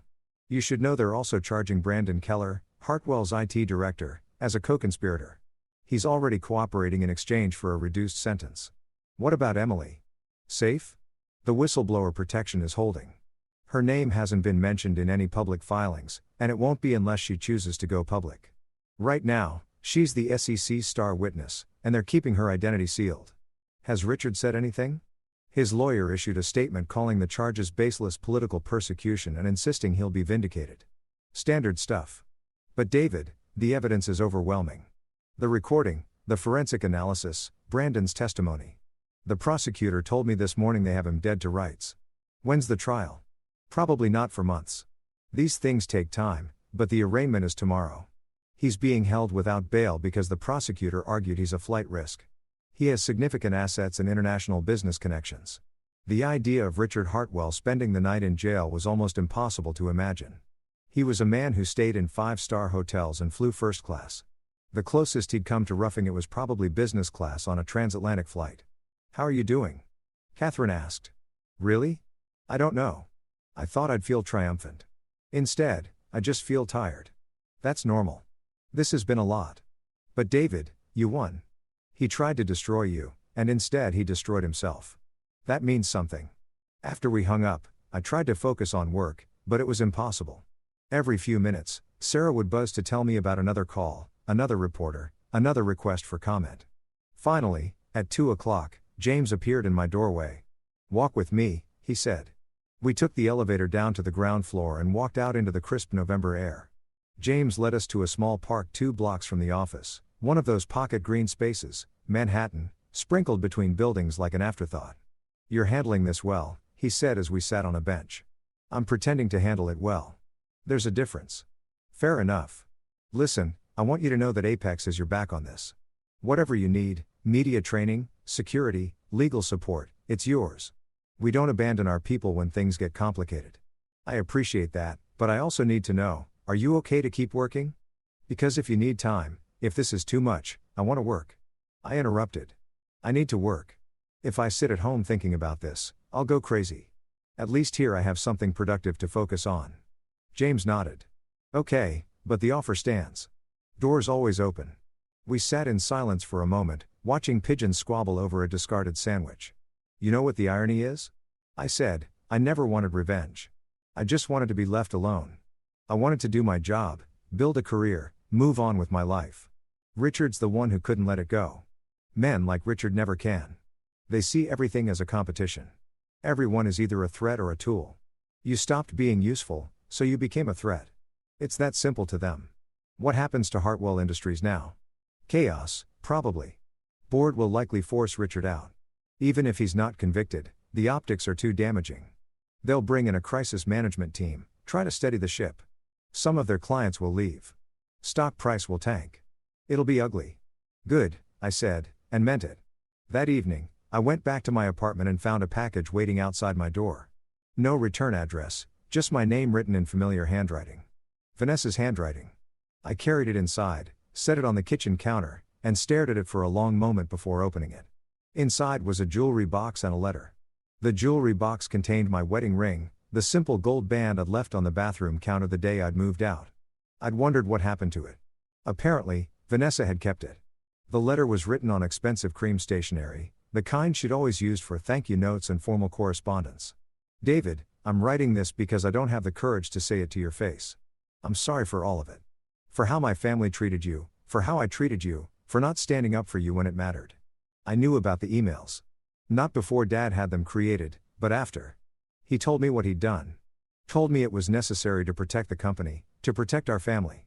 And I didn't stop him. I should have. I should have gone to you, warned you, done something.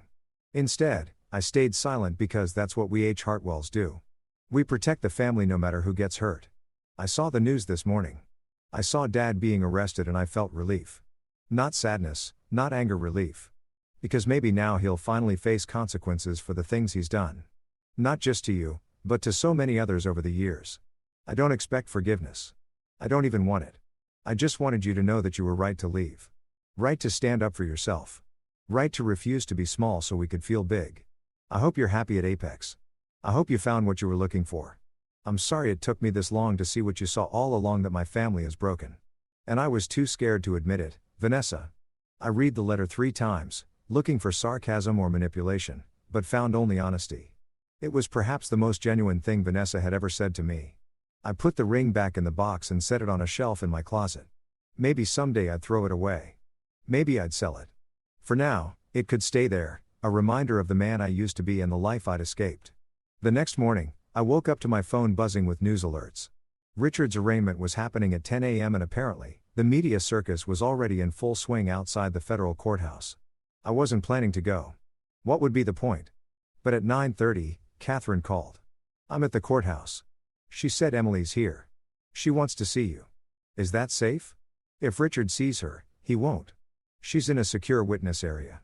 But David, she's scared. She asked if you could come. You don't have to, but I'll be there in 20 minutes. I told Sarah to cancel my morning meetings, grabbed my coat, and caught a cab to the courthouse. The scene outside was exactly what I'd expected. News vans, reporters with microphones, protesters with signs I couldn't read from the cab. Catherine met me at a side entrance and led me through security to a small room on the 3rd floor. Emily was sitting at a table, her hands wrapped around a cup of coffee that had probably gone cold an hour ago. She looked exhausted, like she hadn't slept in days. When she saw me, she stood up. David, thank you for coming. Of course. How are you holding up? I'm terrified. The prosecutor keeps telling me I did the right thing, that I'm protected, that everything will be okay, but my mother won't speak to me. Vanessa sent me a text calling me a traitor. Thomas, he's the only one who's been decent. He said he understood why I did it, but that I couldn't come to any family events anymore because it would upset Dad. I wanted to say something comforting, but what could I say? She'd burned her family to the ground to do the right thing. There were consequences to that, and platitudes wouldn't make them hurt less. I'm sorry, I said instead. I know this is hard, but you saved my life, Emily. If you hadn't come forward, Richard would have destroyed me. Maybe literally. So, whatever happens, whatever you lose, you did the right thing.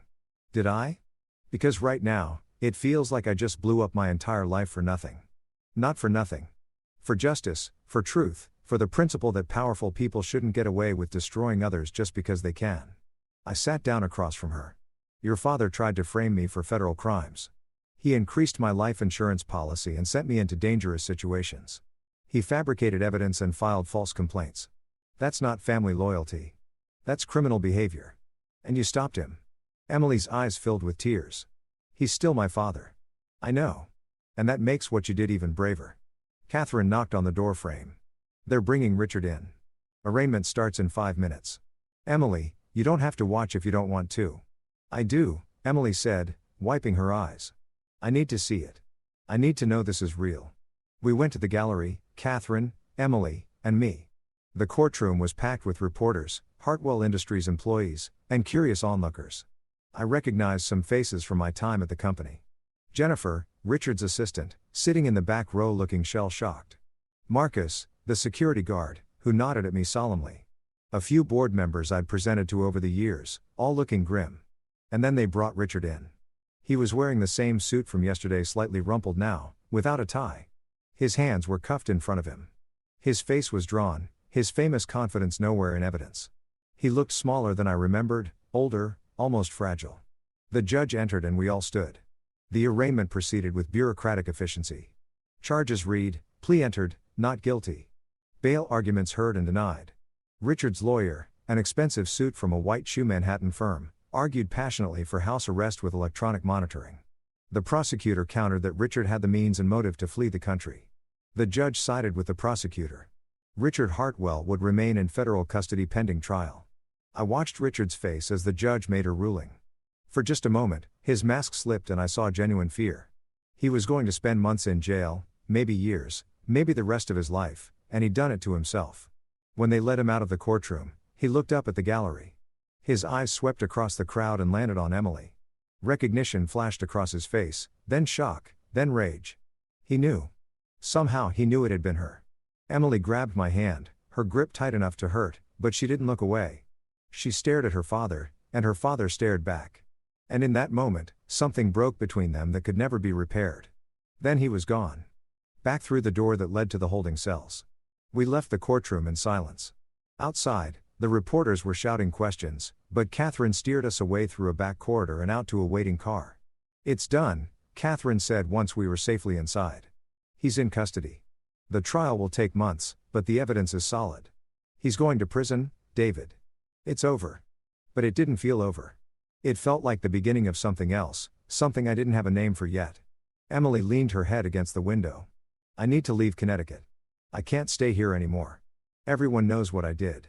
Everyone hates me." "Not everyone," I said. "I don't. Catherine doesn't. And there are people out there who are going to see you as a hero for standing up to corruption." "I don't feel like a hero.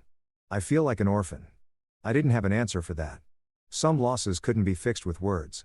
Catherine dropped me back at Apex and I went up to my office in a daze. The television was still on, muted, showing footage of the courthouse. My phone had 43 missed calls. James appeared in my doorway. "You okay?" "No," I said honestly. "But I will be good. Because we have a company to run and I need my CFO focused." "Think you can do that?" I looked around my office at the desk with my name on it at the windows overlooking Manhattan at the work waiting for me that had nothing to do with Richard Hartwell or revenge or justice. "Yeah," I said, "I can do that." And for the first time since the phone call in Paris, I believed it. 3 months after Richard's arrest, Hartwell Industries filed for Chapter 11 bankruptcy protection. I read about it in the Wall Street Journal over coffee on a Sunday morning, sitting in my apartment with winter sunlight streaming through the windows. The article was clinical in its assessment: over-leveraged contracts, mounting legal fees from the criminal case, loss of key clients who didn't want to be associated with the scandal. The board had forced Richard to resign from his CEO position 2 weeks after his arrest. But by then, the damage was done. Major accounts had fled. Credit lines had dried up. Vendors demanded cash up front instead of extending terms. The company my ex-wife's family had built over 3 generations was collapsing, and I felt nothing. Not satisfaction, not sadness, just a distant curiosity, like reading about a natural disaster in a country I'd never visited. The bankruptcy filing includes plans to sell off several divisions, the article continued. Industry analysts suggest that Apex Consolidated may be positioned to acquire some of Hartwell's more profitable assets at significant discount. My phone rang. "James, tell me you're reading the journal," he said without preamble. "I'm reading the journal. The Hartwell bankruptcy, their manufacturing division, the one we compete with directly. It's going to be part of the asset sale. I want it." I sat down my coffee. "You want to buy pieces of Hartwell Industries, not pieces, the best pieces. Their flagship manufacturing facility in New Britain is state-of-the-art.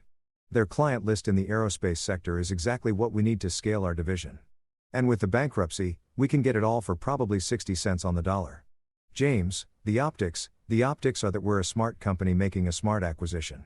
Hartwell's creditors want to get paid. Their employees want to keep their jobs. We can provide both. This isn't revenge, David. This is business." But it felt like revenge. It felt like standing over the corpse of my former life and picking through the pieces that still had value.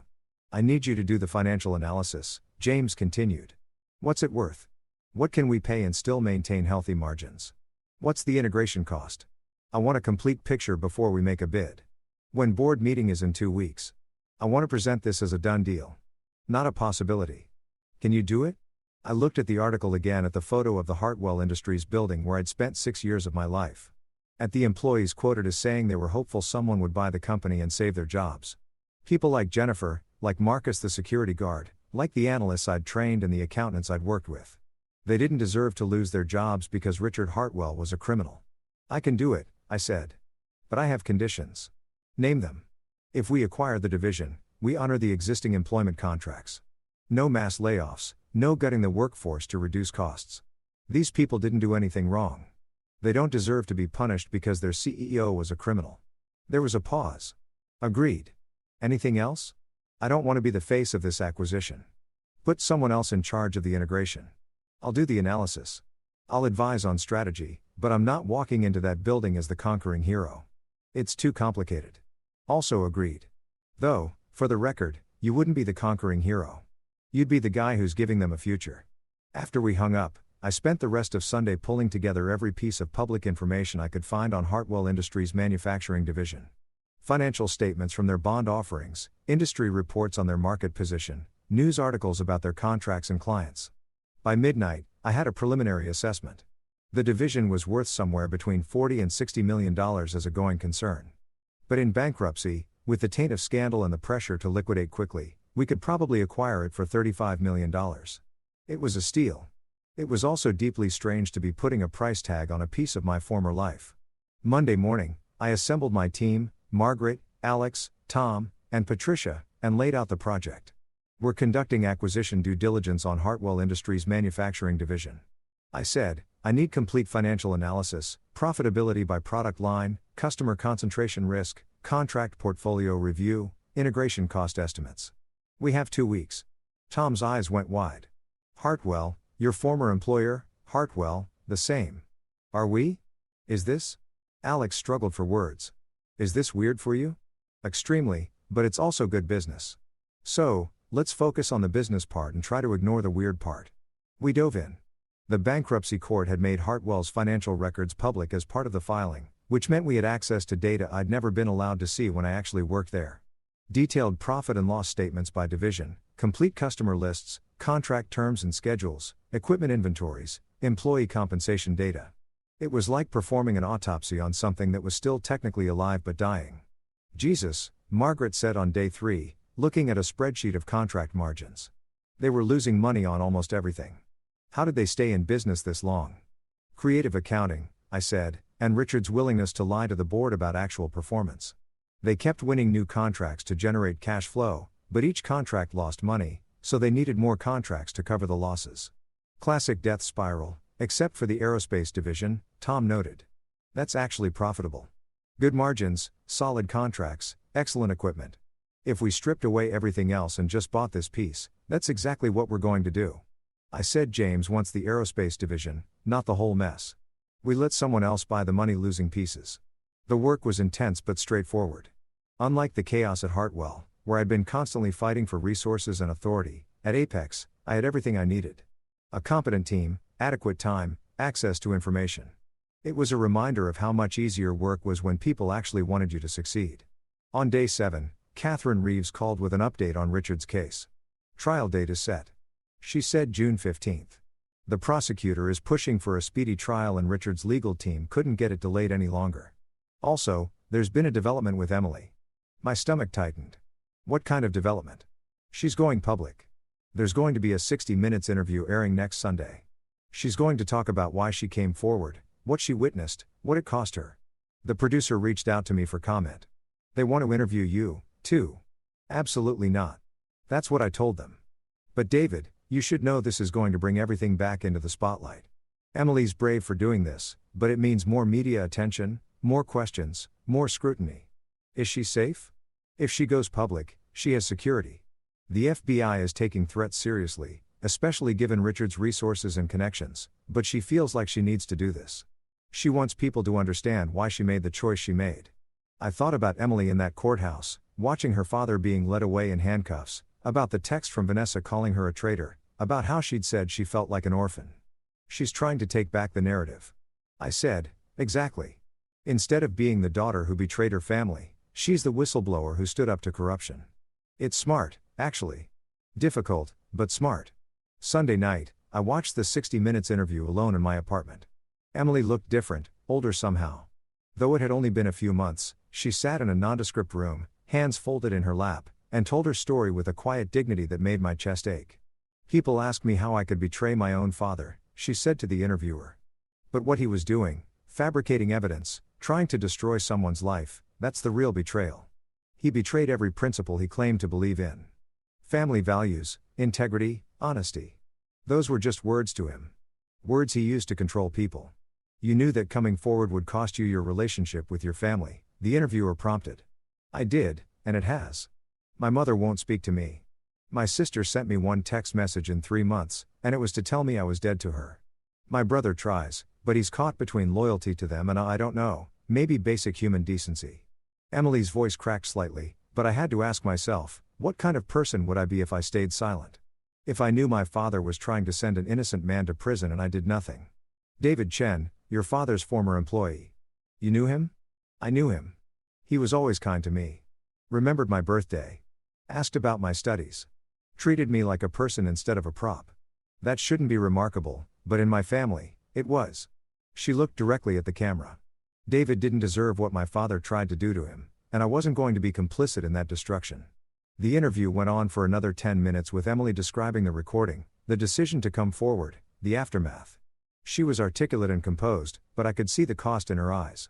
The grief of losing her family. The fear of what came next. The loneliness of having made an impossible choice. When it ended, my phone immediately started buzzing. James telling me the interview was powerful. Catherine checking if I was okay. Sarah sending a simple message. Your ex-sister-in-law is brave as hell. And then, surprisingly, a text from Vanessa. I watched the interview. Emily's right. I'm sorry I called her a traitor. I'm sorry for a lot of things. I hope you're well. I stared at that message for a long time before responding. I hope you're well, too. Take care of yourself. It wasn't forgiveness. It wasn't reconciliation, but it was something in acknowledgement that we'd both been trapped in the same toxic system, and we'd both found different ways to escape. The next morning at work, the Hartwell acquisition analysis was ready. I'd compiled everything into a comprehensive presentation. Current state assessment, valuation analysis, integration plan, risk factors, financial projections. The aerospace division was worth acquiring at the right price. Everything else was a dumpster fire we should avoid. James reviewed it in his office, nodding as he flipped through the slides. This is excellent work, he said. Exactly what I needed. Board meeting is Thursday. I'll present this, and if they approve, we'll submit a bid by end of week. What if Hartwell's board rejects our bid? There's bad blood there. They're in bankruptcy. They don't get to reject good faith offers based on personal feelings. The bankruptcy trustee will evaluate all bids based on value and likelihood of closing. We'll be competitive on both fronts. What about Richard? Even from jail, he might try to interfere. Richard doesn't get a vote anymore. He resigned as CEO and the board stripped his voting rights as part of the settlement with creditors. He's a defendant in a criminal case, nothing more. James closed the presentation. This is going to happen, David. And when it does, you're going to have saved dozens of jobs and built our division into a real powerhouse. That's something to be proud of. I wanted to feel proud. Instead, I felt like a scavenger picking over bones. Thursday's board meeting lasted 3 hours. James called me afterward with the news. Unanimous approval to bid $38 million for the aerospace division with employment guarantees for existing staff and a 90-day integration timeline. We're doing this, he said, and I could hear the excitement in his voice. We submit the bid tomorrow morning. If all goes well, we'll own it by end of March. That night, I couldn't sleep. I kept thinking about walking into that New Britain facility as part of Apex, about seeing Jennifer and Marcus and all the people who used to be my colleagues, about the strange circularity of it all fired from Hartwell, hired by Apex, now facilitating Apex's acquisition of Hartwell. If someone had told me 6 months ago sitting on that Paris terrace that this is where I'd end up, I would have laughed or cried. I wasn't sure which. Around 2:00 a.m. I gave up on sleep and went for a walk. New York in winter in the middle of the night was a different city, quieter, harsher, more honest somehow. I walked through Hell's Kitchen down to Times Square, still bright and busy even at this hour. Then over to the Hudson River waterfront. I stood there looking at the water, thinking about all the versions of myself I'd been over the past year. The loyal employee who worked 60-hour weeks. The husband trying to be good enough. The man on vacation who laughed at his father-in-law and hung up the phone. The witness in a federal investigation. The CFO building something new. Which one was real? Maybe all of them. Maybe none of them. My phone buzzed. A text from Emily. Saw the news about the acquisition bid. I'm glad Apex is doing this. Those employees deserve better than what my family gave them. Thank you for taking care of them. I typed back. How are you doing? Really? Her response came a few minutes later. Some days better than others. The interview helped. Saying it all out loud. Owning my choice. It made it real in a way it wasn't before. I'm moving to Seattle. Fresh start. My advisor at Berkeley found me a research position with an environmental policy think tank. I start next month. That's wonderful. I'm happy for you. Are you happy? That's not a rhetorical question. After everything, are you actually happy? I looked out at the Hudson, at the lights reflecting on the water, at the city behind me that was starting to feel like home. Getting there, I typed. Some days better than others, but getting there. Good. You deserve it. We both do. The bid went in Friday morning. By Friday afternoon, we had confirmation that it was being seriously considered. By Monday, we were in negotiations with the bankruptcy trustee. By Wednesday, we had a deal $38 million for the aerospace division. Employment guarantees included closing date set for March 15th. James called an all-hands meeting to announce it. Apex Consolidated is acquiring the aerospace manufacturing division of Hartwell Industries, he announced to the assembled staff. This doubles the size of our manufacturing division, adds 65 talented employees to our team, and positions us as a major player in the precision aerospace components market. I want to thank David Chen and his team for the exceptional analysis that made this possible. Everyone applauded. I smiled and nodded, accepting congratulations from colleagues who had no idea how complicated this was for me. After the meeting, Margaret pulled me aside. You okay? This has to be weird. Weird is an understatement. For what it's worth, you're handling it with a lot of grace. I would have burned the place down. I thought about it, decided this was better. She laughed. Revenge via legitimate business acquisition. Very classy, but it wasn't revenge. Or maybe it was, but a different kind. The kind where you win by building something better, not by destroying what came before. That night, I treated my team to dinner at a nice restaurant in Tribeca. My way of saying, thank you for 2 weeks of brutal work. We ate well, drank good wine, and for a few hours, I forgot about the complexity and just enjoyed the victory. On the cab ride home, my phone rang. An unknown number.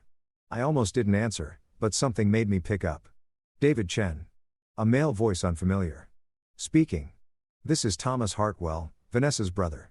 I hope you don't mind. I got your number from Emily. I sat up straighter. Thomas. Hi. What can I do for you? I wanted to thank you for the employment guarantees and the acquisition. My mother, she's been a wreck since the bankruptcy. Worried about all the people losing their jobs.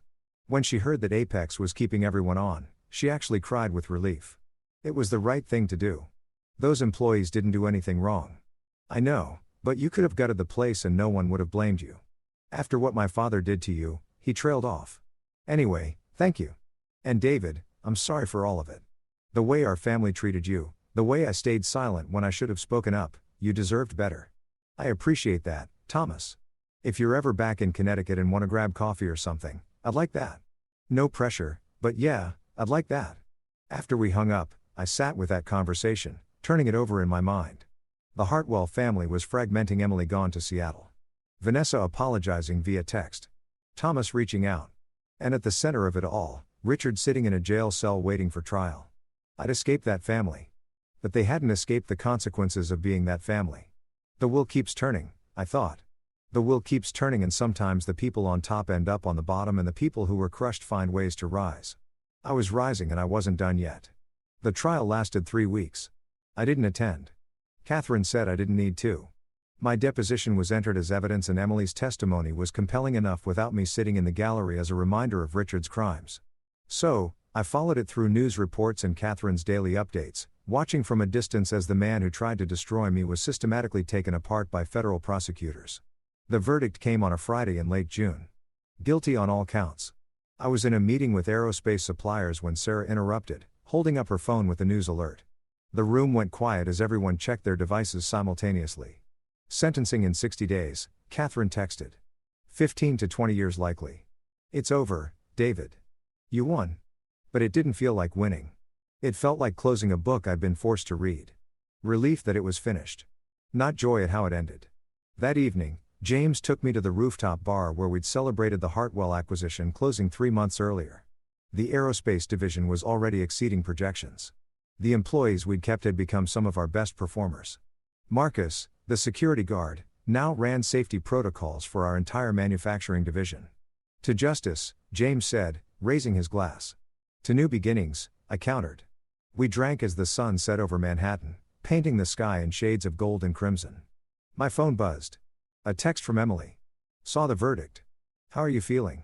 Free. I typed back and I meant it.